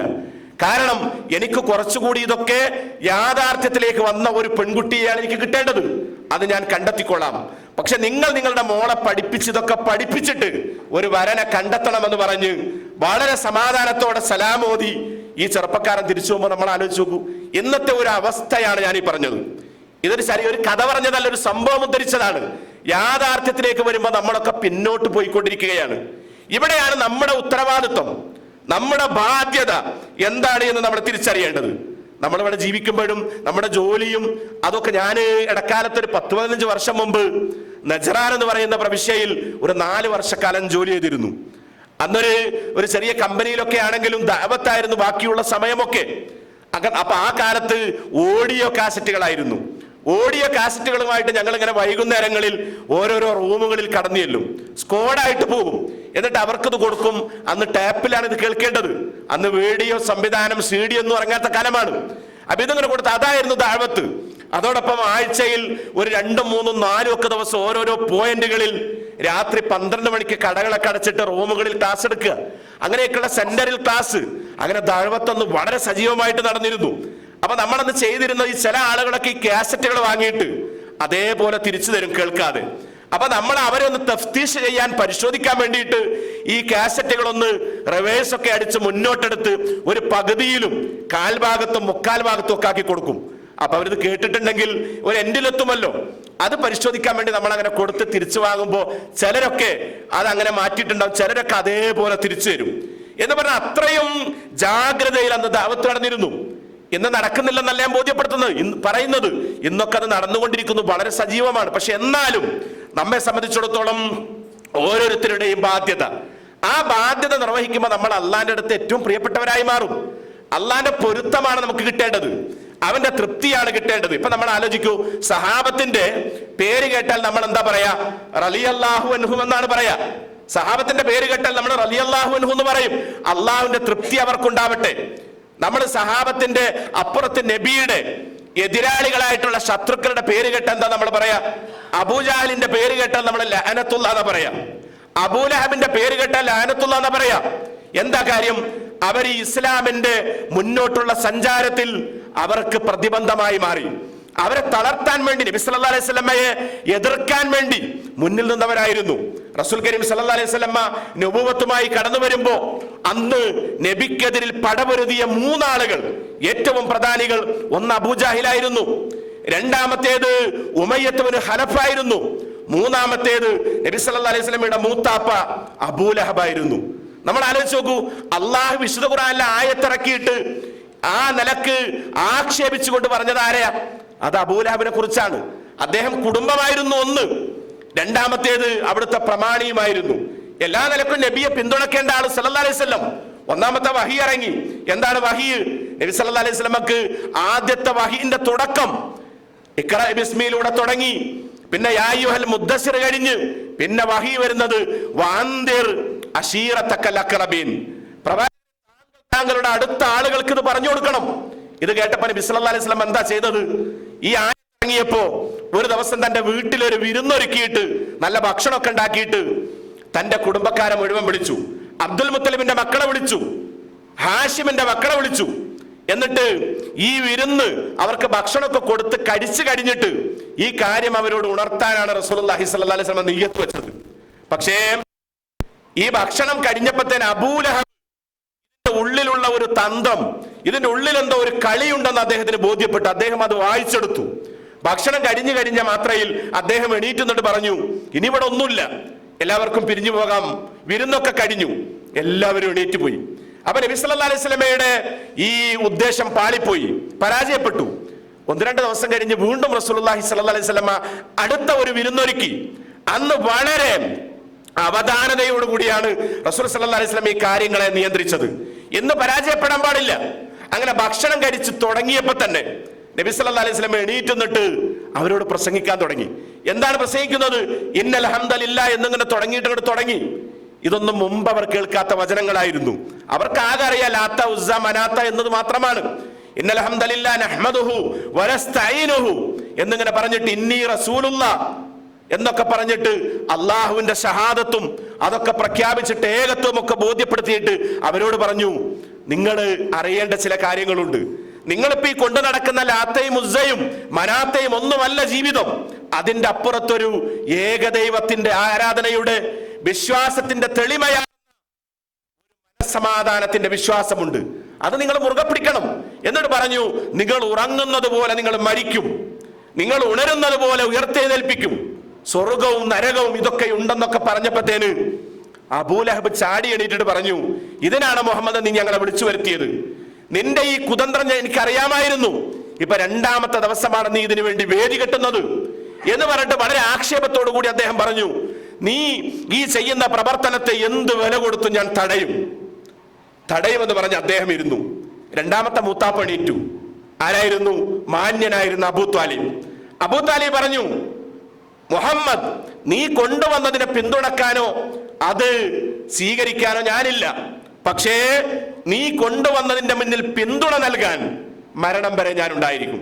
നബി സല്ലല്ലാഹു അലൈഹി വസല്ലമക്ക് സമാധാനമായി. ഒരു മൂത്താപ്പ എതിർക്കുന്നു, 2ാമത്തെ മൂത്താപ്പ പിന്തുണ നൽകുന്നു. റസൂൽ സല്ലല്ലാഹു അലൈഹി വസല്ലം എന്താ ചെയ്തത്? അടുത്ത ദിവസം രാവിലെ സഫാ കുന്നിന്റെ മുകളിലേക്ക് കയറി. അന്ന് എന്തെങ്കിലും ഒരു പ്രയാസമോ ആശങ്കയോ പ്രതിബന്ധമോ ഉണ്ടായാൽ അന്നത്തെ ഒരു രീതി എന്ന് പറയുന്നത് സഫാ കുന്നിന്റെ മുകളിൽ കയറിയിട്ട് രാവിലെ കയറിയിട്ട് യാ സബാഹ് എന്നിങ്ങനെ ആവർത്തിച്ച് വിളിച്ചു പറയും. അപ്പൊ എല്ലാവരും ഓടി വരും. അവർക്കറിയാം എന്തോ ഒരു പ്രശ്നമുണ്ടായിട്ടുണ്ട്. എല്ലാവരും ഓടിക്കൂടും. റസൂലുള്ളാഹി സ്വല്ലല്ലാഹു അലൈഹി വസല്ലം അടുത്ത ദിവസം ഇത് പ്രഖ്യാപിക്കുന്നതോടുകൂടി എല്ലാവരും അബ്ദുൽ മുത്തലിബിന്റെ മക്കളും ആഷിമിന്റെ മക്കളും ഒക്കെ ഒരുമിച്ച് കൂടി മുഹമ്മദാണ് ഈ പറയുന്നത്, എന്തോ ഒരു ശത്രുവിന്റെ ഭീതിയുണ്ട്, എന്തോ ഒരു പ്രശ്നമുണ്ട്. എല്ലാവരും വന്ന സമയത്ത് നബി സല്ലല്ലാഹു അലൈഹി വസല്ലം അവരോട് ചോദിച്ചു, അവരോട് സംസാരിച്ചു. ആ വിഷയമൊക്കെ നമുക്കറിയാം. ഈ മലയുടെ അപ്പുറത്തൊരു ശത്രു നിങ്ങളെ ആക്രമിക്കാൻ സർവ്വസന്നാഹത്തോടു കൂടി വന്നാൽ നിങ്ങൾ എന്നെ വിശ്വസിക്കുമോ? അവർ പറഞ്ഞു, മുഹമ്മദ് എങ്ങനെ വിശ്വസിക്കാതിരിക്കും? നീ ഇന്ന് വരെ കളവ് പറഞ്ഞിട്ടില്ല, സത്യം മാത്രമാണ് നിന്റെ നാവിൽ നിന്ന് പുറത്തു വന്നിട്ടുള്ളത്. അപ്പൊ റസൂൽ സല്ലല്ലാഹു അലൈഹി വസല്ലം എല്ലാം പറഞ്ഞു കൊടുത്തു. എന്താ പറഞ്ഞു കൊടുത്തത്? യാ ബനി അബ്ദുൽ മുത്തലിബ്, യാ ബനി അബ്ദു മനാഫ്, അൻകിദു അൻഫുസകും മിനൻ നാർ ഫഇന്നി ലാ അംലികു ലക്കും മിനല്ലാഹി ദർറൻ വലാ നഫ്അ. ഇങ്ങനെ എല്ലാം പറഞ്ഞു. നിങ്ങൾക്കൊരു ഉപകാരം ചെയ്യാൻ, ഒരു ഉപദ്രവത്തെ നീക്കാൻ എന്നെ കൊണ്ട് സാധ്യമല്ല. അതുകൊണ്ട് നിങ്ങൾ നിങ്ങളുടെ സ്വന്തത്തെ നരകത്തിൽ നിന്നും കാത്തു രക്ഷിക്കണം. ഇത് പറഞ്ഞോടുകൂടി ഞാൻ നേരത്തെ പറഞ്ഞ അബൂലഹബ് ചാടി എണീറ്റ് തബ്ബല്ലക യാ മുഹമ്മദ്, മുഹമ്മദ് നിനക്ക് നാശം, ഇതിനാണോ നീ വിളിച്ചു വരുത്തിയത്? ആക്ഷേപിച്ചിട്ട് ഇറങ്ങിപ്പോയി. കുറച്ചാളുകൾ, ഒറ്റപ്പെട്ടവർ മാത്രം നിന്നു, ബാക്കിയുള്ളവരൊക്കെ ഇറങ്ങിപ്പോയി. നമ്മൾ ആലോചിക്കും, അപ്പോഴാണല്ലോ സൂറത്തുൽ ലഹബ് ഇറങ്ങിയത്. തബ്ബത് യദാ അബീ ലഹബിൻ വതബ് മാ അഗ്നാ അൻഹു മാലുഹു വമാ കസബ്. മുഹമ്മദ് അവിടെ തബ്ബത് യദാ അബീ ലഹബിൻ വതബ്, അബൂലഹബിന്റെ 2 കരങ്ങളും നശിക്കട്ടെ, നശിച്ചിരിക്കുന്നു. അവൻ തന്നെ നശിച്ചു. അവൻ സമ്പാദിച്ചത് അവൻ ഉപകാരപ്പെട്ടില്ല. അവനും അവന്റെ ഭാര്യയും ഒക്കെ നരകത്തിൽ കിടന്നെരിയും. നമ്മൾ ആലോചിച്ചു, ഈ ആയത്തിറങ്ങിയതോട് കൂടെ അദ്ദേഹം കാണിച്ചൊരു വലിയ ചില കുതന്ത്രങ്ങളുണ്ട്, ചില നീചമായ പ്രവർത്തനങ്ങൾ. എന്താണത്? നബി സല്ലല്ലാഹു അലൈഹി വസല്ലം പ്രവാചകത്വം കിട്ടുന്നതിന് മുമ്പ് പ്രവാചകൻ അബൂലഹബിന് 4 മക്കളാണ്. ഒന്ന് ഉത്തുബയും, രണ്ടാമത്തേത് ഉത്തൈബയും, മൂന്നാമത്തേത് മുഅത്തബും, നാലാമത്തേത് പെൺകുട്ടി ദുർറയുമായിരുന്നു. ആദ്യത്തെ 2 ആൺമക്കൾ നബി സല്ലല്ലാഹു അലൈഹി വസല്ലമയുടെ പെൺമക്കളെയാണ് കല്യാണം കഴിച്ചത്. ഉത്തുബ കഴിച്ചത് നബി സല്ലല്ലാഹു അലൈഹി വസല്ലമയുടെ മകൾ റുഖിയ റളിയല്ലാഹു അൻഹയായിരുന്നു. ഉത്തൈബ കല്യാണം കഴിച്ചത് നബി സല്ലല്ലാഹു അലൈഹി വസല്ലമയുടെ മകൾ ഉമ്മു കുൽസും റളിയല്ലാഹു അൻഹയായിരുന്നു. ഈ സൂറ ഇറങ്ങിയതോടുകൂടി അബൂലഹബ് മക്കളെ വിളിച്ചിട്ട് പറഞ്ഞു, ഭാര്യയും, ഇനി ഒരു സെക്കൻഡ് പോലും മുഹമ്മദിന്റെ മക്കൾ എന്റെ മരുമക്കളായിട്ട് ഈ വീട്ടിൽ താമസിച്ചുകൂടാ. ഇപ്പൊ തന്നെ മൊഴി ചെല്ലണം, തൊലാഖ് നടത്തണം. ഉത്തുബ വളരെ മാന്യമായിട്ട് വിവാഹമോചനം നടത്തി മുഹമ്മദ് സല്ലല്ലാഹു അലൈഹി വസല്ലമയുടെ വീട്ടിൽ കൊണ്ടുപോയിട്ട് തിരിച്ചു വന്നു. ഉത്തൈബ വിവാഹമോചനം നടത്തി ഉടനെ നബി സല്ലല്ലാഹു അലൈഹി വസല്ലമയുടെ വീട്ടിൽ കൊണ്ടാക്കിയെന്ന് മാത്രമല്ല, നബിയെ മോശമായി ചീത്ത പറഞ്ഞ് ആക്ഷേപിച്ച് വളരെ പ്രയാസപ്പെടുത്തിയിട്ടാണ് ഈ ഉത്തൈബ എന്ന് പറയുന്ന അബൂലഹബിന്റെ മകൻ നബി സല്ലല്ലാഹു അലൈഹി വസല്ലമയെ മകളെ പിരിച്ചയച്ച് ഏൽപ്പിച്ചു പോന്നത്. ചരിത്രത്തിൽ കാണാൻ കഴിയും നമുക്ക്. ഈ അബൂലഹബിന്റെയും ഉത്തൈബയുടെയും മരണം വളരെ ദാരുണമായിരുന്നു. അബൂലഹബ് മരിച്ചത് വളരെ വളരെ പ്രയാസകരമായ രോഗം പിടിപെട്ട്, വസൂരി പിടിപെട്ട് ശരീരമൊക്കെ പഴുത്ത് വ്രണമായി ദുർഗന്ധം വമിച്ച് അവസാനം മരണപ്പെട്ടപ്പോൾ മക്കൾ പോലും നിസ്സഹായരായി. 1-2 ദിവസം ആ മയ്യത്ത് അവിടെ കിടന്ന അവസാനം ദുർഗന്ധം വമിച്ച് ചരിത്രത്തിൽ കാണാൻ കഴിയും. എത്യോപ്യയിൽ നിന്ന് വന്ന ചില തൊഴിലാളികളെ കൊണ്ട് കൂടുതൽ പണം കൊടുത്ത് അവര് പ്രത്യേക വസ്ത്രം, മുഖാവരണമൊക്കെ ഇട്ട്, മാസ്ക് ഒക്കെ ധരിച്ച്, ശരീരത്തിൽ പ്രത്യേക വസ്ത്രമൊക്കെ പൊതിഞ്ഞ് ആ മയ്യത്ത് ഇങ്ങനെ മരുഭൂമിയിലൂടെ വലിച്ചടിച്ചു കൊണ്ടുപോയിട്ട് ഒരു കുഴിയിലേക്ക് ഇട്ട് മണ്ണിട്ട് മൂടിയെന്നാണ്. നമ്മൾ ആലോചിച്ച് നോക്കൂ, ഖുർആൻ പറഞ്ഞ എത്ര സത്യ. അയാളെ സമ്പാദിച്ചത് അയാൾക്ക് ഉപകാരപ്പെട്ടില്ല. നബിയെ വേദനപ്പെടുത്തിയ ഉത്തൈബ എന്ന് പറയുന്ന മകൻ മകളെ, നബി സല്ലല്ലാഹു അലൈഹി വസല്ലമയുടെ പുത്രിയെ കൊണ്ടാക്കി നല്ല ചീത്ത പറഞ്ഞ് നബിയെ മാനസികമായി പ്രയാസപ്പെടുത്തി. നമ്മൾ ചിന്തിച്ചു നോക്കൂ, ഇപ്പൊ ഒരു വീട്ടിൽ നമ്മുടെ ഒരു മകൾ ഭർത്താവിന്റെ അടുത്തുനിന്ന് വിവാഹമോചിതയായിട്ട് വീട്ടിലേക്ക് കയറി വന്നാൽ ആ ഉമ്മയുടെ ഉപ്പയുടെ ഒരു മാനസികാവസ്ഥ എന്തായിരിക്കും? തകർന്നു പോകും, തളർന്നു പോകും. എങ്കിൽ 2 മക്കൾ ഒരുമിച്ചാണ് വരുന്നത് റസൂലുള്ളാഹിയുടെ വീട്ടിലേക്ക്. എത്ര വലിയ പരീക്ഷണമാണ്! കൊടുന്നാക്കിയെന്ന് മാത്രമല്ല, പിന്നെ മോശമായിട്ട് ചീത്ത പറയുന്നു. ഷാമിലേക്കുള്ള ഒരു കച്ചവട സംഘത്തിൽ ഈ ഉത്തൈബയുണ്ട്. പോകുന്ന വഴിയിൽ ഒരു മരുഭൂമിയിൽ ഒരു വലിയ സിംഹം ആർത്തുരമ്പി വന്ന് ഈ 19ഓളം വരുന്ന കൂട്ടത്തിൽ നിന്ന് ഉത്തൈബയെ മാത്രം തെരഞ്ഞുപിടിച്ച് കടിച്ചു കീറിയ മരുഭൂമിയിൽ ഒന്നും അല്ലാതാക്കി കൊന്നുകളഞ്ഞു എന്നുള്ളത് ചരിത്രം നമ്മളെ ബോധ്യപ്പെടുത്തുകയാണ്. ഇനി ഇതിന്റെ ഒരു മറുവശമുണ്ട്. ഈ പിന്നെ ഇത് കഴിഞ്ഞ് ഈ 3 മക്കളും ഇസ്ലാമിലേക്ക് കടന്നു വന്നു. പ്രവാചകൻ സല്ലല്ലാഹു അലൈഹി വസല്ലമയുടെ അടുത്ത് വന്ന് പ്രവാചകന്റെ കൈ പിടിച്ച് ഇസ്ലാം സ്വീകരിച്ചു. ഇസ്ലാമിന്റെ സന്നിധാനത്തേക്ക് വന്നു. ആര് വന്നു? ഉത്തൈബ വന്നു, മുഅത്തബ് വന്നു, പെൺമകളായിട്ടുള്ള ദുർറ വന്നു. നമ്മൾ ചിന്തിച്ചു നോക്കൂ, ഇവരിനി ഏത് സൂറത്ത് ഓതണം? ഇവര് തബ്ബത്ത് യദാ അബീ ലഹബ് എന്ന സൂറത്ത് ഇവർ ഓതിയേ മതിയാകൂ. നമസ്കാരത്തിൽ ഓതണം, ഖുർആൻ പാരായണം ചെയ്യുമ്പോൾ ഓതണം. എന്താണ് അവർ ഓതുന്നത്? ഞങ്ങളുടെ ഉപ്പ നശിച്ചിരിക്കുന്നു, ഞങ്ങളുടെ ഉപ്പയും ഉമ്മയും നരകത്തിലാണ്, ഉപ്പയുടെ സമ്പാദ്യം അദ്ദേഹത്തിന് ഉപകാരപ്പെട്ടില്ല. നമ്മൾ ആലോചിക്കും, ഇതാണ് ഇസ്ലാം. ഇവിടെയാണ് അല്ലാഹുവിന്റെ തൃപ്തി.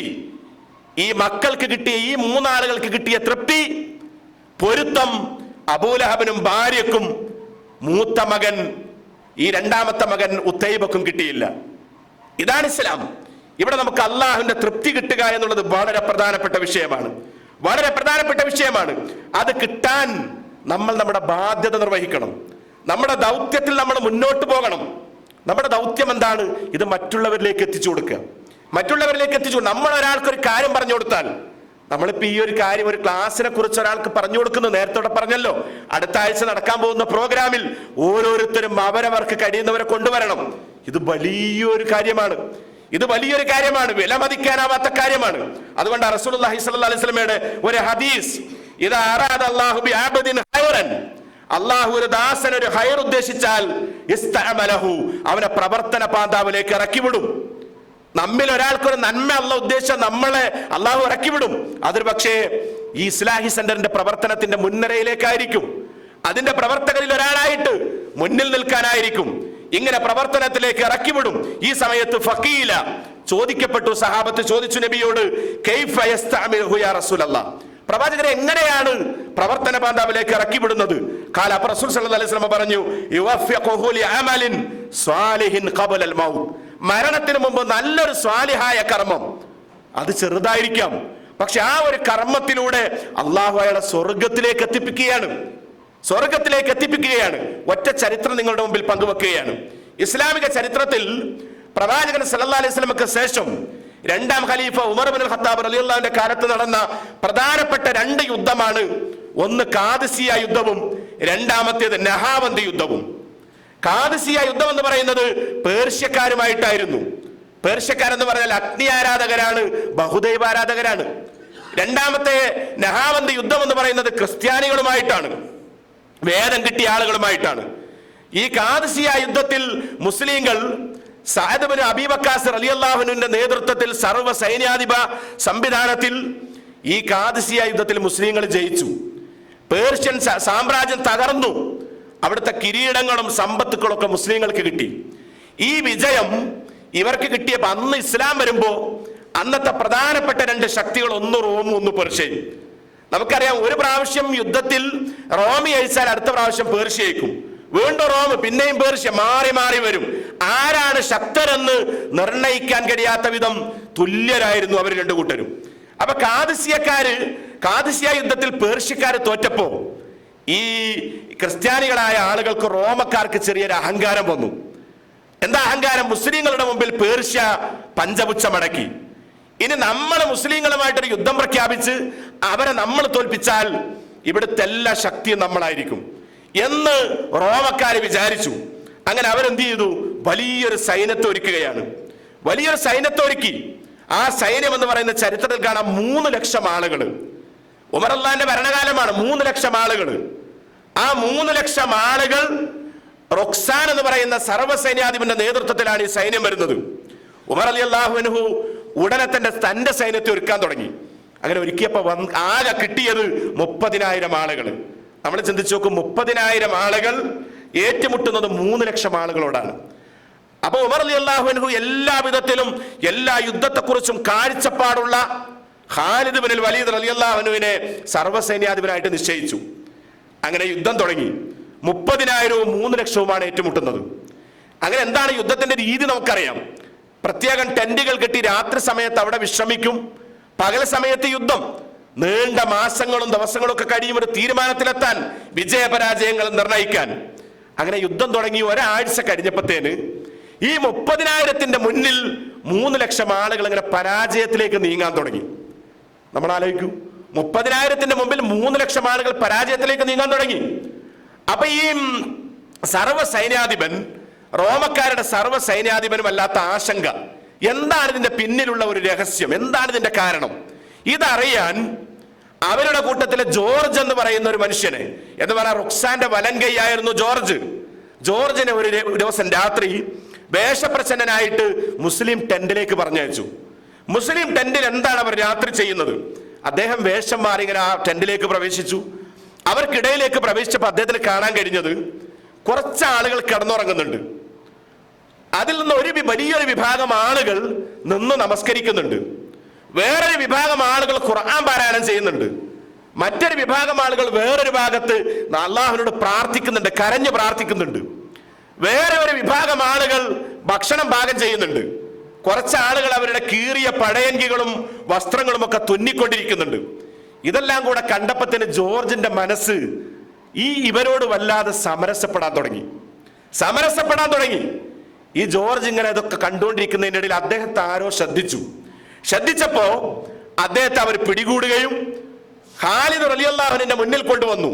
അദ്ദേഹത്തെ ചോദ്യം ചെയ്തു, ആരാണ് താങ്കൾ? അദ്ദേഹം പറഞ്ഞു, ഞാൻ ശത്രു സൈന്യത്തിന്റെ നേതാവിന്റെ സർവ്വസൈന്യാധിപന്റെ വലങ്കൈയാണ്. എന്തിനാണ് താങ്കൾ വന്നത്? എന്നെ അദ്ദേഹം പറഞ്ഞയച്ചാണ് നിങ്ങളുടെ രഹസ്യങ്ങൾ അറിയാൻ വേണ്ടി, ആ രഹസ്യങ്ങൾ ചോർത്താൻ വേണ്ടി.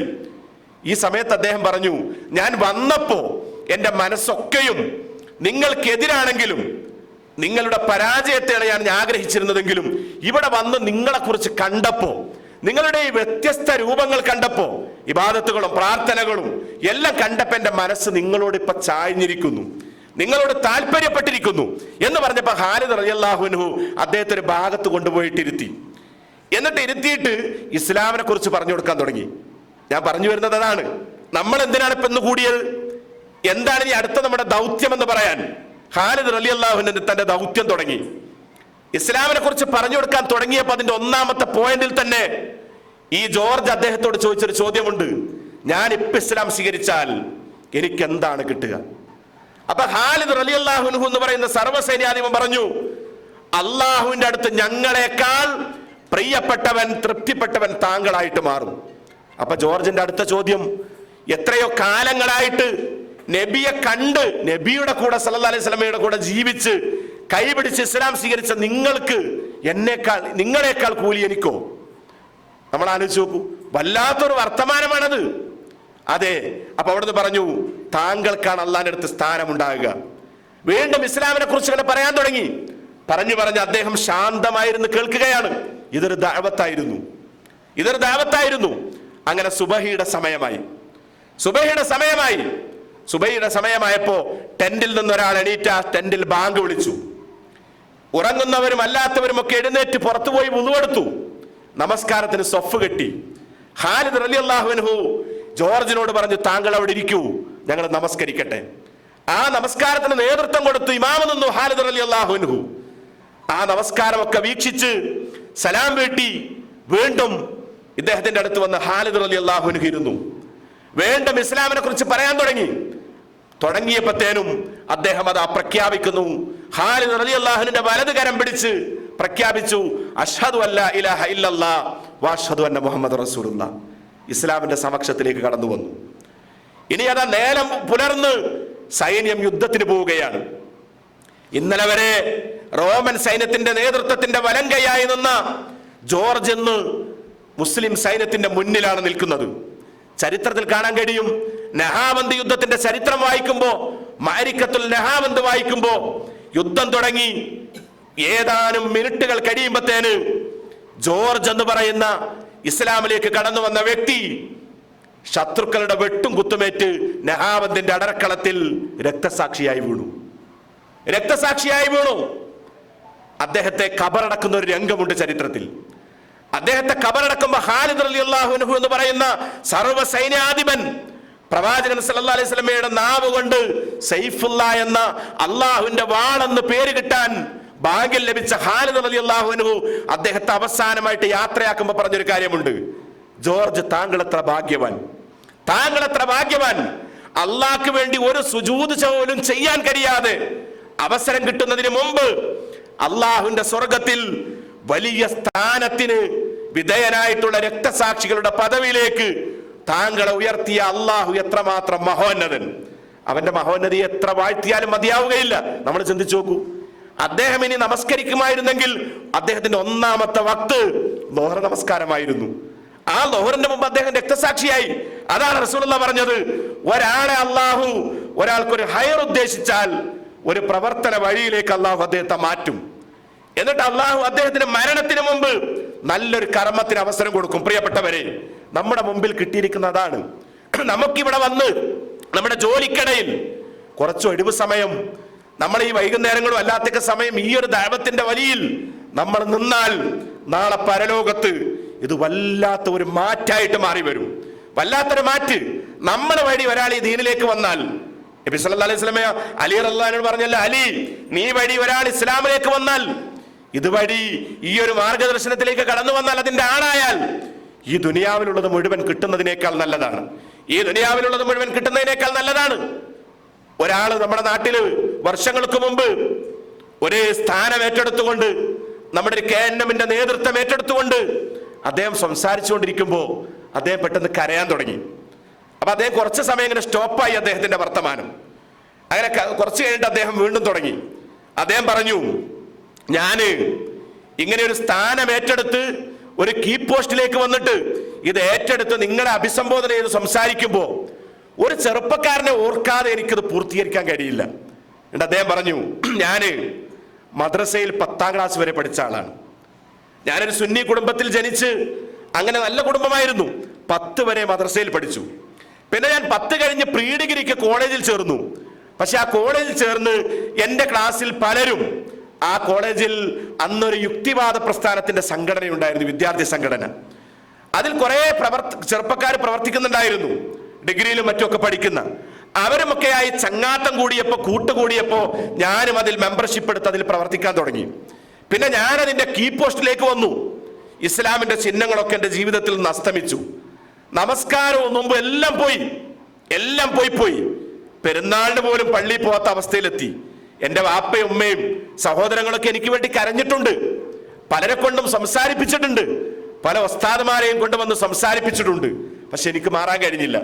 ഞാനങ്ങനെ ഡിഗ്രിയൊക്കെ പൂർത്തിയായി ഒരു 2-3 വർഷമൊക്കെ ഏതൊക്കെയോ പ്രൈവറ്റ് ജോലികളിലൊക്കെ മുഴുകി. എനിക്ക് പിന്നീട് ഒരു ഗവൺമെന്റ് സർവീസിൽ ജോലി കിട്ടുക. ഞാനൊരു പഞ്ചായത്ത് ഓഫീസിൽ ഒരു LD ക്ലർക്കായിട്ടാണ് ജോലിയിൽ പ്രവേശിക്കുന്നത്. അങ്ങനെ ഞാനൊരു ദിവസം ജോലിയിലേക്ക് ഇങ്ങനെ പ്രവേശിക്കാൻ പോവാ. അങ്ങനെ ഞാനൊരു 2nd ഫ്ലോറിൽ സ്ഥിതി ചെയ്യുന്ന ആ ഓഫീസിലേക്ക് ഇങ്ങനെ കയറി ചെല്ലുമ്പോ ആ ഫ്ലോർ കയറി ചെല്ലുന്ന ഇടത്തൊരു ചെറുപ്പക്കാരൻ ഇങ്ങനെ നിൽക്കുന്നുണ്ടായിരുന്നു. അപ്പൊ അദ്ദേഹം എന്നെ കണ്ടപ്പോ എന്റെ കൈ പിടിച്ചു. അദ്ദേഹത്തിന് ചെറുതായിട്ട് താടിയുണ്ട്, അദ്ദേഹത്തിന്റെ ഫാന്റ് നെരിയാണിക്ക് മുകളിലാണ്. അദ്ദേഹം എന്റെ കൈ പിടിച്ചിട്ട് അതെങ്ങനെ വരിക വരാന്തയിലൂടെ എന്നെ കണ്ടപ്പോ ചിരിച്ചു. അദ്ദേഹം ചോദിച്ചു, നിങ്ങൾ എവിടുന്നാണ്? പേര് ചോദിച്ചപ്പോ എന്റെ പേര് പറഞ്ഞു ഞാൻ. അപ്പൊ അദ്ദേഹം എന്നോട് സലാം പറഞ്ഞു. ഞാൻ ആ സലാം ഒന്നും മടക്കിയില്ല, കാരണം ഞാനിതിനെതിരാണ്. ഞാനിപ്പോ ഇതിൽ മെമ്പറല്ല, ഞാനിതിൽ നിന്ന് പോയിട്ടുണ്ട്, സലാം പോലും മടക്കിയില്ല. അപ്പൊ ഞാൻ പറഞ്ഞു, ഞാനൊരു പുതിയ അപ്പോയിന്റ്മെന്റുമായിട്ട് വരികയാണ്. അപ്പൊ ഈ ചെറുപ്പക്കാരൻ എന്നെ കൈപിടിച്ച് അവിടുത്തെ മുതിർന്ന ഓഫീസറുടെ അടുത്തേക്ക് കൊണ്ടുപോയിട്ട് ഞാൻ അദ്ദേഹത്തിന്റെ അടുത്ത് പോയിട്ട് സൈൻ ചെയ്ത് ഒപ്പിട്ടന്ന് ജോലിയിൽ പ്രവേശിച്ചു. അങ്ങനെ 2-3 ദിവസം കഴിഞ്ഞ് ഒരു വെള്ളിയാഴ്ച വന്നു. ഈ ഓഫീസിൽ എല്ലാവരും നോൺ മുസ്ലിംസാണ്. മുസ്ലിമായിട്ട് ഈ ചെറുപ്പക്കാരൻ മാത്രമുള്ളത്. അദ്ദേഹം നമ്മുടെ ISFന്റെ അന്നത്തെ ഒരു പ്രവർത്തകനാണ്. അദ്ദേഹം അവിടുത്തെ ഒരു ചെറിയ ഏറ്റവും താഴെയുള്ള ഒരു സ്വീപ്പർ അറ്റൻഡറായിട്ട് ജോലി ചെയ്യാണ് അവിടെ. അപ്പൊ അദ്ദേഹം വെള്ളിയാഴ്ച ദിവസം ഒരു 12:15 എൻ്റെ അടുത്ത് ഇങ്ങനെ വന്നിട്ട് പറഞ്ഞു, സാർ ഇന്ന് വെള്ളിയാഴ്ചയാണ്, ജുമുഅ ദിവസമാണ്. ഞാന് ഇവിടുന്ന് ഒരു 1.5 കിലോമീറ്റർ അപ്പുറത്ത് മലയാളത്തിൽ ഖുത്ബ പറയുന്ന ഒരു പള്ളിയുണ്ട്. ഞാൻ അവിടെയാണ് എല്ലാ വെള്ളിയാഴ്ചയും പോവാറ്. നല്ല ഉപദേശങ്ങൾ കിട്ടും, നല്ല നസീഹത്തുകൾ കിട്ടും. എൻ്റെ ബൈക്കിന്റെ പിറകിൽ നിങ്ങൾ ഇരിക്കുകയാണെങ്കിൽ നമുക്ക് ഒരുമിച്ച് പോകാം. അപ്പൊ അദ്ദേഹം പറഞ്ഞു, അദ്ദേഹത്തോട് പറഞ്ഞു ചിരിച്ചുകൊണ്ട്, എൻ്റെ പേര് ഇതൊക്കെയാണെങ്കിലും, എൻ്റെ പേര് മുഹമ്മദ് ആണെങ്കിലും ഞാനിന്ന് യഥാർത്ഥത്തിൽ മുഹമ്മദ് അല്ല. ഞാനിതൊക്കെ പോയിട്ടുണ്ട്.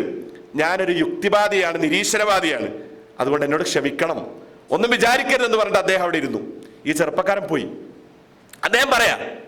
അദ്ദേഹം തിരിച്ചു വന്ന് ഞാനത് പറഞ്ഞതിന്റെ പേരിൽ എന്നോട് അദ്ദേഹത്തിന് പരിഭവമോ പിന്നെ അവിടെ നിന്ന് അങ്ങോട്ട് ദേഷ്യമോ ഒന്നും അദ്ദേഹത്തിന്റെ മനസ്സിലില്ല, ഒന്നും പ്രകടിപ്പിച്ചില്ല.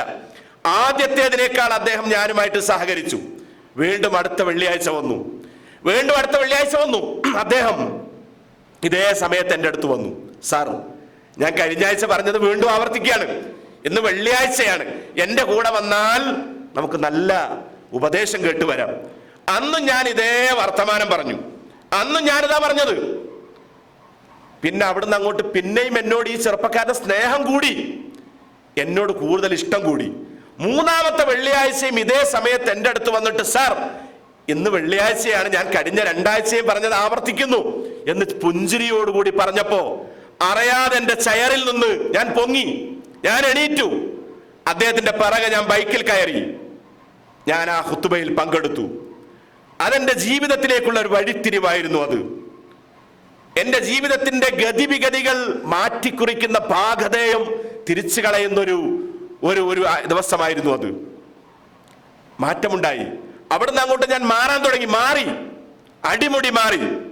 ഞാനങ്ങനെ വീട്ടിലൊക്കെ ഇത് പറയാൻ എനിക്ക് വല്ലാത്തൊരു ലജ്ജ. അപ്പൊ ഞാൻ ഈ മഗ്‌രിബ് ഇശായൊക്കെ ളുഹ്ർ അസ്റൊക്കെ ഓഫീസിൽ വരുമ്പോൾ നിസ്കരിക്കും. മഗ്‌രിബ് ഇശയൊക്കെ പുറത്ത് നിസ്കരിച്ചിട്ട് എല്ലാം കഴിഞ്ഞിട്ട് ഞാൻ വീട്ടുകാർ ഇത് അറിഞ്ഞിട്ടില്ല.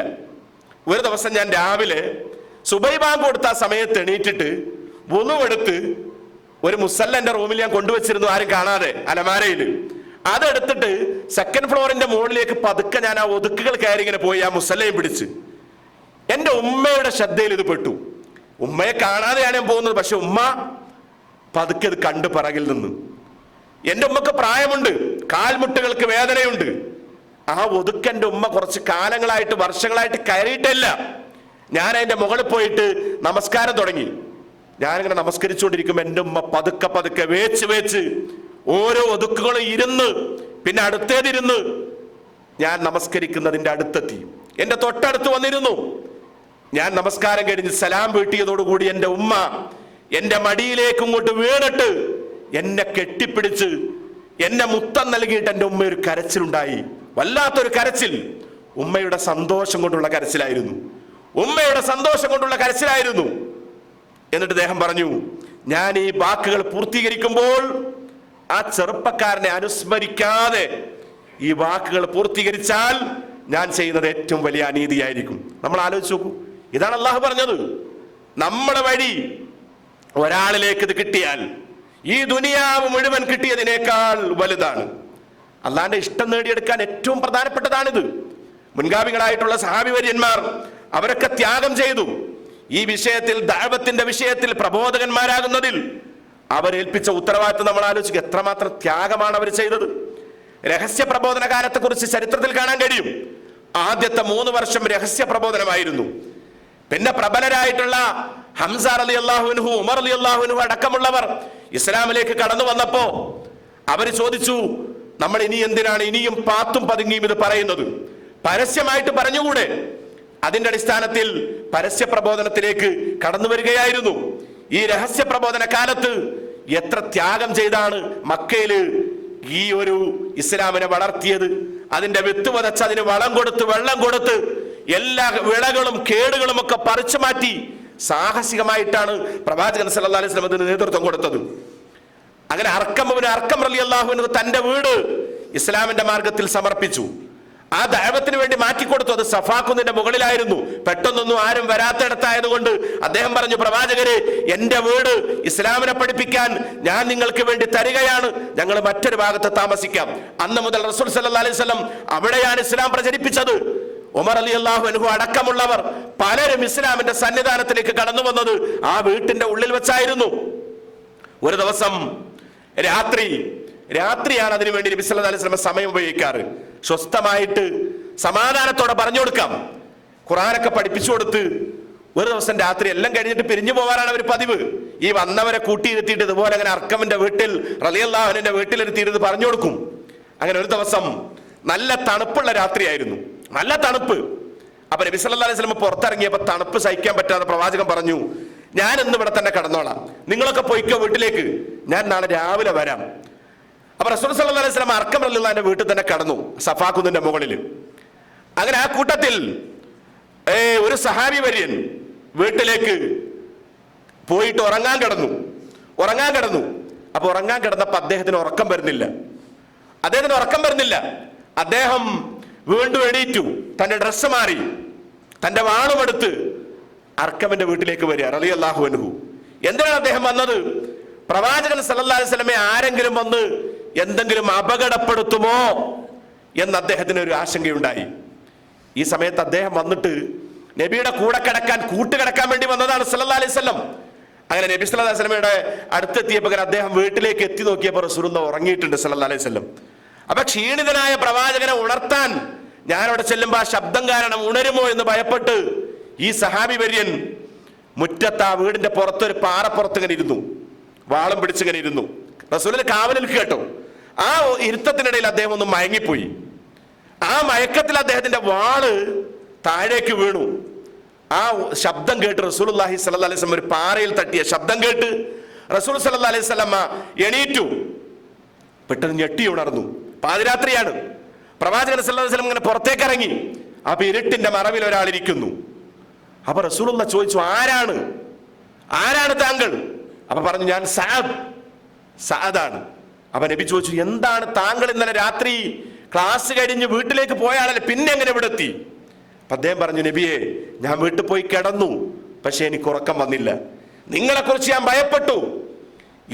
ഈ ഇസ്ലാമിനെ ആളുകൾക്ക് എത്തിക്കുന്നിടത്ത് നിങ്ങൾ ഒറ്റക്കാവാൻ പാടില്ല. നിങ്ങളുടെ കൂടെ ആളുകൾ ഉണ്ടാവണം. നമ്മുടെ ഈ പ്രവർത്തന മേഖലയിൽ ഇതിന്റെ മുന്നിൽ കുറച്ച് ആളുകൾ മാത്രം പോരാ, നമ്മളൊക്കെ കൂടെ ഉണ്ടാവണം. നമ്മൾ അവർക്കൊരു താങ്ങായി മാറണം, നമ്മൾ അവർക്കൊരു പിന്തുണയായി മാറണം. അതാണ് റസൂലെ ഞാൻ വന്നത് സല്ലല്ലാഹു അലൈഹി വസല്ലം. അപ്പൊ നബി സല്ലല്ലാഹു അലൈഹി വസല്ലം അത് കേട്ട് തഫ്സീറുകളിൽ കാണാം, അധികം താമസിക്കുന്നതിന് മുമ്പ് പ്രവാചകൻ സല്ലല്ലാഹു അലൈഹി വസല്ലം വിയർക്കാൻ തുടങ്ങി, നല്ല തണുപ്പുള്ളൊരു സമയത്ത് വിയർക്കുക എന്ന് പറഞ്ഞാൽ എപ്പോഴാ വിയർക്കുക? അള്ളാന്റെ വഹി ഇറങ്ങുമ്പോൾ. ജിബ്രീൽ അലൈഹിസ്സലാം വന്നിട്ട് ആയത്തോതുമ്പോഴാണ് നബി സല്ലല്ലാഹു അലൈഹി വസല്ലം വിയർക്കാറുള്ളത്. ഉടനെ അള്ളാഹുവിന്റെ ആയത്തിറങ്ങി. എന്താണ് ആയത്ത്? യാ അയ്യുഹർ റസൂൽ ബല്ലിഗ് മാ ഉൻസില ഇലൈക മിർ റബ്ബിക്, പ്രവാചകരെ താങ്കൾക്ക് എന്താണോ അവതരിപ്പിക്കപ്പെട്ടത് അത് താങ്കൾ ആളുകൾക്ക് എത്തിച്ചു കൊടുക്കുക. വഇല്ലം തഫ്അൽ ഫമാ ബല്ലഅത റിസാലതഹു, താങ്കൾ അത് നിർവഹിച്ചിട്ടില്ലെങ്കിൽ റിസാലത്തിന്റെ രംഗത്ത് താങ്കൾ പരാജയപ്പെട്ടു, താങ്കൾ പരാജയപ്പെടുന്ന ആളായിട്ട് മാറും. എന്നിട്ട് പിന്നെ പറഞ്ഞതാണ് പ്രധാനം, വല്ലാഹു യഅസിമുക മിനന്നാസ്, ജനങ്ങളിൽ നിന്ന് അള്ളാഹു താങ്കളെ രക്ഷപ്പെടുത്തും, സംരക്ഷിക്കും. ഇത് ഓതിയിട്ട് റസൂൽ സല്ലല്ലാഹു അലൈഹി വസല്ലം പറഞ്ഞു, ഇനി താങ്കൾക്ക് വീട്ടിലേക്ക് തിരിച്ചു പോകാം, എന്റെ സംരക്ഷണം അല്ല ഏറ്റെടുത്തു, ഇനി എനിക്കൊരാപത്തും വരില്ല, എന്നെ ഒന്നും ചെയ്യാൻ ഒരാൾക്കും കഴിയില്ല. ഈ സഹാബി സമാധാനത്തോടു കൂടി തിരിച്ചുപോയി എന്നതാണ് ചരിത്രം നമ്മളെ ബോധ്യപ്പെടുത്തുന്നത്. എന്തിനാ ഞാനിത് പറഞ്ഞത്? അവരൊക്കെ ചെയ്തത് എന്താണ്? ഈ പ്രബോധന മാർഗത്തിൽ, ഈ ഉത്തരവാദിത്വ നിർവഹണത്തിൽ വലിയ പിന്തുണയും എല്ലാ നിലക്കുമുള്ള സൗകര്യം അവർക്ക് ഒരുക്കി കൊടുത്തു. ഞാൻ നീട്ടി വിശദീകരിച്ച് പറയാൻ ആഗ്രഹിക്കുന്നില്ല, 10 മിനിറ്റ് കൊണ്ട് അവസാനിപ്പിക്കുകയാണ്. നമ്മൾ നമ്മുടെ വിശ്വാസത്തെ ശക്തിപ്പെടുത്തി ആ വിശ്വാസത്തെ മറ്റുള്ളവരിലേക്ക് എത്തിക്കുന്നിടത്ത് നമ്മുടെ ഉത്തരവാദിത്തമായ ദഅവത്തിന്റെ രംഗത്ത് നമുക്ക് ധാരാളം മാതൃകകളുണ്ട്. മുൻഗാമികളായ സഹാബത്തും പ്രവാചകൻ സല്ലല്ലാഹു അലൈഹി വസല്ലമയുടെ കൂടെ ജീവിച്ചവരും അവരൊക്കെ ഏത് നിലക്കാണ് മുന്നോട്ട് പോയത്? അവരൊക്കെ മുന്നോട്ട് പോയത് വളരെ പ്രാധാന്യത്തോടു കൂടി ഇതിനൊക്കെ ശ്രദ്ധിച്ചത് പരലോകത്ത് അള്ളാന്റെ തൃപ്തി കിട്ടാൻ വേണ്ടിയാണ്. അപ്പൊ ഖുർആൻ പറഞ്ഞത് എന്താണ്? ആ തൃപ്തി കിട്ടിയപ്പോ അവരെ കുറിച്ച് ഖുർആൻ പറഞ്ഞത് റളിയല്ലാഹു അൻഹും വറളു അൻ, അള്ളാഹു അവരെ തൃപ്തിപ്പെട്ടു, അള്ളാഹുവിന്റെ തൃപ്തി അവർക്ക് കിട്ടി, ആ തൃപ്തി അവർക്ക് കിട്ടി. എന്നിട്ട് അള്ളാഹ് ചേർത്ത് പറഞ്ഞത് എന്താണ്? ജന്നാത്തിൻ തജ്രി മിൻ തഹ്തിഹൽ അൻഹാർ, താഴ്ഭാഗത്ത് കൂടി നദികൾ ഒഴുകുന്ന സ്വർഗം, അതാണ് അവർക്കുള്ളത്. ആ സ്വർഗമാണ് അവർക്കുള്ളത്. പ്രിയപ്പെട്ടവരെ, ആ സ്വർഗമാണ് നമുക്ക് കിട്ടേണ്ടത്. ആ സ്വർഗമാണ് നമുക്ക് കിട്ടേണ്ടത്. നമ്മുടെ ജീവിതം എന്ന് പറഞ്ഞാൽ ഏതോ ഒരു സമയത്ത് അത് അസ്തമിക്കും, ഞെട്ടറ്റ് വീഴും. അതെപ്പോഴാണെന്ന് നമുക്കറിയില്ല. അതുകൊണ്ടാണ് ധാരാളം ഹദീസുകളും വചനങ്ങളും ഒക്കെ നമ്മളെ ബോധ്യപ്പെടുത്തിയത്. എന്നിട്ട് ഖുർആൻ നമ്മളോട് പറയുന്ന ഒരു കാര്യമുണ്ട്. എന്താ പറയുന്നത്? ഖുർആൻ നമ്മളോട് പറയുകയാണ്, യാ അയ്യുഹന്നാസ് ഉത്തഖൂ റബ്ബക്കും വഖ്ശൗ യൗമൻ ലാ യജ്സി വാലിദുൻ അൻ വലദിഹി വലാ മൗലൂദുൻ ഹുവ ജാസിൻ അൻ വാലിദിഹി ഷൈആ ഇന്ന വഅദല്ലാഹി ഹഖ്ഖുൻ ഫലാ തഗുറന്നകുമുൽ ഹയാത്തുദ് ദുനിയാ വലാ യഗുറന്നകും ബില്ലാഹിൽ ഗുറൂർ. വിശുദ്ധ ഖുർആൻ സൂറത്തുൽ ലുഖ്മാനിന്റെ അവസാനത്തെ ഒരു സൂക്തത്തിലൂടെ ബോധ്യപ്പെടുത്തുകയാണ്, മനുഷ്യരെ നിങ്ങളൊരു ദിവസത്തെ ഭയപ്പെടണം, അള്ളാഹുലേക്ക് നിങ്ങൾ തിരിച്ചു വിളിക്കപ്പെടുന്ന ഒരു ദിവസത്തെ നിങ്ങൾ ഭയപ്പെടണം. എന്നിട്ട് ഖുർആൻ പറയുന്നത്, അന്നൊരു പിതാവും തന്റെ മകനൊന്നും ചെയ്തു കൊടുക്കാൻ കഴിയാത്ത ദിവസമാണ്. ഒരു മകന് തന്റെ പിതാവിന് തിരിച്ചൊന്നും ചെയ്തു കൊടുക്കാൻ കഴിയാത്ത ദിവസമാണ്. എന്നിട്ട് അള്ളാഹു പിന്നെയും പറയുന്നത്, ഇന്ന വഅദല്ലാഹി ഹഖ്ഖുൻ, തീർച്ചയായും അള്ളാഹുവിന്റെ കരാർ സത്യമാണ്, അള്ളാഹുവിന്റെ കരാർ സത്യമാണ്.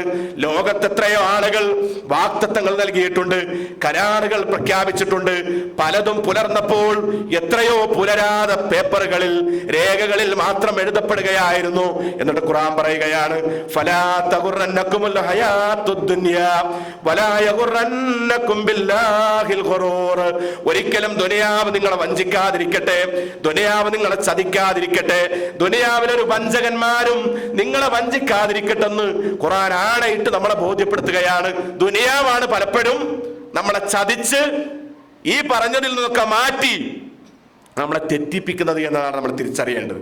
അപ്പൊ നമ്മൾ മരിക്കും, മരണത്തെക്കുറിച്ചുള്ള ബോധം വളരെ പ്രധാനമാണ്. ഈ മരണം സംഭവിക്കും എന്ന ഒരു ദൃഢവിശ്വാസമാണ് നമ്മളെ ഇത്തരം പ്രവർത്തനങ്ങളിൽ സജീവമാക്കുക. നമ്മളൊക്കെ എത്രയോ കാലം ജീവിച്ച് നമ്മുടെ ആയുസ്സിൽ നിന്ന് വലിയൊരു സമയം പോയി. ഒരു അറേബ്യൻ ഭരണാധികാരി, അദ്ദേഹത്തിന്റെ കൊട്ടാരത്തിൽ പാലസിൽ നൂറുകണക്കിന് ജോലിക്കാരുണ്ട്. അതിലൊരു ജോലിക്കാരൻ അദ്ദേഹം നടത്തിയത് ഒരു ഡ്യൂട്ടി നിർവഹിക്കാനാണ്. എന്താ അദ്ദേഹത്തിന്റെ ഡ്യൂട്ടി? എന്തിനാണ് അദ്ദേഹം ശമ്പളം വാങ്ങുന്നത്? അദ്ദേഹത്തിന്റെ ഡ്യൂട്ടി ഇതാണ്, എല്ലാ ദിവസവും രാജാവ് കൊട്ടാരത്തിൽ വരുന്നതിന്റെ മുമ്പ് ഈ കൊട്ടാരത്തിലെ ഈ ജോലിക്കാരൻ എത്തണം. രാജാവ് തിരിച്ചു പോയാൽ അദ്ദേഹത്തിന് തിരിച്ചു പോകാം. അദ്ദേഹം നിർവഹിക്കേണ്ട ഡ്യൂട്ടി എന്താ? ഓരോ 10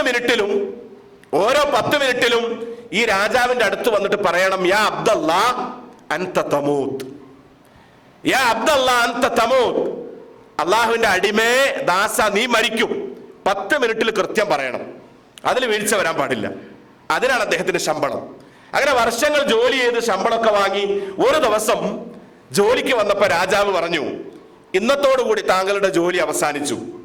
ഇനി താങ്കൾ എനിക്ക് ഇങ്ങനെ ഒരു ജോലി ചെയ്യാൻ എനിക്കൊരു ജോലിക്കാരന്റെ ആവശ്യമില്ല, താങ്കൾ എന്നല്ല ഒരാളും വേണ്ട. അപ്പൊ ഈ ജോലിക്കാരന് വലിയ സങ്കടം.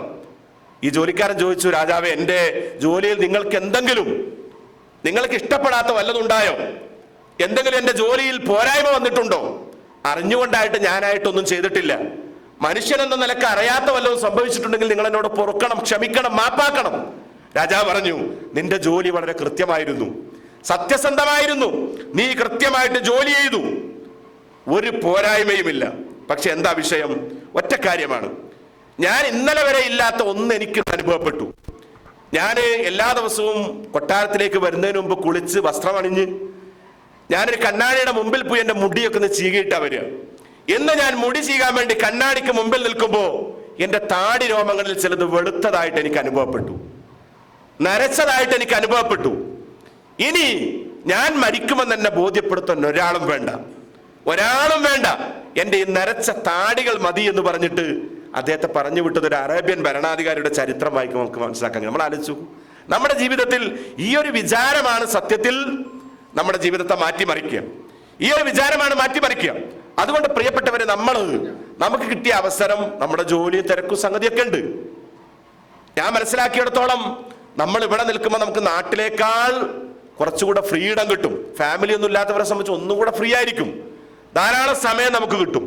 അപ്പൊ ആ സമയത്തിൽ ഒരു ഭാഗം നമ്മൾ ഇത്തരം പ്രവർത്തനങ്ങൾക്ക് വേണ്ടി മാറ്റിവെക്കാൻ നമുക്ക് ഉണ്ടാവേണ്ടത് ഒരു മാനസികാവസ്ഥയാണ്. ഞാൻ നിങ്ങളെയൊക്കെ അങ്ങേയറ്റം പുകഴ്ത്തുകയാണ്, ഇങ്ങനെ വരാനും ഇരിക്കാനും ഒക്കെ നമുക്ക് കഴിയുന്നു എന്നത്.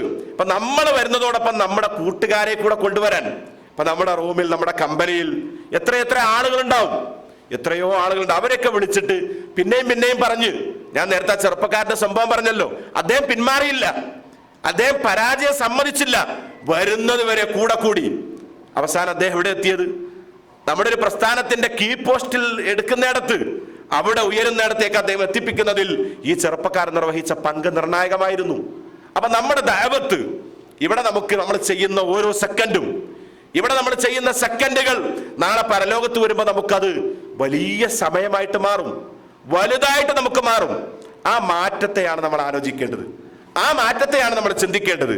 അതിന് അള്ളാഹു നമുക്ക് നൽകിയ ഈ ആരോഗ്യവും നമ്മുടെ സമ്പത്തും നമ്മുടെ ഒഴിവ് സമയമൊക്കെ നമ്മൾ അങ്ങനെ ചെലവഴിച്ചാൽ അവിടെയൊക്കെ വലിയ മാറ്റങ്ങൾ ഉണ്ടാക്കിയെടുക്കാൻ സമൂഹത്തിൽ സാധിക്കും. ഞാനതുകൊണ്ട് നീട്ടി വിശദീകരിച്ച് പറയുന്നില്ല, അവസാനിപ്പിക്കുകയാണ്, വാക്കുകൾ ഉപസംഹരിക്കുകയാണ്. നമുക്ക് അള്ളാഹു നൽകിയ നിഅമത്ത്, ഈ നിഅമത്തുകൾ എന്താണെന്ന് തിരിച്ചറിഞ്ഞ് സഹാബത്ത് തിരിച്ചറിഞ്ഞപ്പോൾ അവരവരുടെ ദൗത്യ നിർവഹണത്തിൽ മുന്നിൽ നിന്ന് മുന്നോട്ട് പോയപ്പോ അവർക്ക് അള്ളാന്റെ പൊരുത്തം കിട്ടി, അള്ളാന്റെ സ്വർഗത്തിന്റെ അനുയായികൾ ആയിട്ട് അവർ മാറി. ഈ ഒരു മാറ്റത്തിലേക്ക് എത്താനുള്ള ഒരു മാനസികാവസ്ഥയായിരിക്കണം ഇത്തരം സംവിധാനത്തിലൂടെയൊക്കെ ഉണ്ടാവേണ്ടത്. ഇവിടെ ഖുർആനിന്റെ ഈ പഠനവും ഈ ഖുർആൻ പഠനത്തിന്റെ സംവിധാനങ്ങളൊക്കെ വർഷങ്ങളായിട്ട് മുന്നോട്ട് പോവുകയാണ്.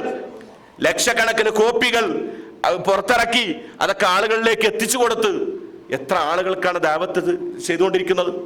ഇതൊരു ചെറിയ സംഗതിയല്ല, അത് കിട്ടാവുന്നതിൽ വെച്ച് ഏറ്റവും മാത്രമേറിയത്. ഇൻഷാ അല്ലാഹ് അതിന്റെ ഒരു പ്രോഗ്രാമാണ് അടുത്ത ആഴ്ച നടക്കുന്നത്. ഞാൻ വീണ്ടും ആവർത്തിക്കുന്നു, നമ്മുടെ പണ്ഡിതന്മാരൊക്കെ നാട്ടിൽ നിന്ന് ഇവിടെ വന്ന് നമ്മോടൊപ്പം കൂടിച്ചേരുമ്പോ നമുക്കതിൽ പങ്കാളികളാവാൻ സാധിക്കുക എന്നുള്ളതാണ് നമ്മെ സംബന്ധിച്ചിടത്തോളം ബാധ്യത. ഇൻഷാ അല്ലാഹ് ആ നിലക്ക് ഈ അടുത്ത ആഴ്ചത്തെ പ്രോഗ്രാമിനെ വിജയിപ്പിക്കുന്നിടത്ത് നിങ്ങളുടെയൊക്കെ ഒരു സാന്നിധ്യം മറ്റുള്ളവരെ കൂടെ കൂട്ടുന്നിടത്ത് ഉണ്ടാവണമെന്ന് മാത്രമാണ് ഈ സന്ദർഭത്തിൽ ഓർമ്മപ്പെടുത്താനുള്ളത്. അള്ളാഹു നമ്മുടെ ഒരുമിച്ച് കൂടൽ, ഈ ഒരു സംരംഭം ഏറ്റവും നല്ല രൂപത്തിൽ കബൂൽ ചെയ്യുകയും സ്വീകരിക്കുകയും അള്ളാഹുവിന്റെ അടുത്ത് വലിയ പ്രതിഫലമുള്ളതായി മാറ്റി നമ്മെല്ലാവരെയും അള്ളാഹു അനുഗ്രഹിക്കുകയും തുണക്കുകയും ചെയ്യുമാറാവട്ടെ. ഈ ഒരുമിച്ച് കൂടിയതുപോലെ നാളെ സ്വർഗലോകത്തിലും ഒരുമിക്കാൻ അള്ളാഹു നമുക്കെല്ലാവർക്കും ഭാഗ്യം നൽകുമാറാവട്ടെ. നമ്മയും നമ്മുടെ മാതാപിതാക്കളെയും ബന്ധുമിത്രാദികളെയും ഭാര്യാസന്താനങ്ങളെയും അള്ളാഹു എല്ലാവിധ കാരുണ്യത്തിലും വർഷിപ്പിക്കുകയും അവരോടൊപ്പം സ്വർഗത്തിൽ ഒരുമിക്കുവാനുള്ള ഭാഗ്യം നൽകുകയും ചെയ്യുമാറാവട്ടെ. മരണപ്പെട്ടു പോയിട്ടുള്ള എല്ലാവർക്കും അള്ളാഹു മഗ്ഫിറത്തും മർഹമത്തും നൽകുമാറാവട്ടെ. എല്ലാവിധ മുസീബത്തുകളിൽ നിന്നും പരീക്ഷണങ്ങളിൽ നിന്നും അള്ളാഹു നമുക്ക് രക്ഷയും കാവലും നൽകുമാറാവട്ടെ. അല്ലാഹുമ്മ റബ്ബനാ തഖബ്ബൽ മിന്നാ ഇന്നക അൻതസ് സമീഉൽ അലീം വതുബ് അലൈനാ ഇന്നക അൻതത് തവ്വാബുർ റഹീം. اللهم اشف مرضانا ومرضى المسلمين اللهم ارحم موتانا وموتى المسلمين ربنا آتنا في الدنيا حسنة وفي الآخرة حسنة وقنا عذاب النار وصلى الله على نبينا محمد وعلى آله وصحبه أجمعين والحمد لله رب العالمين.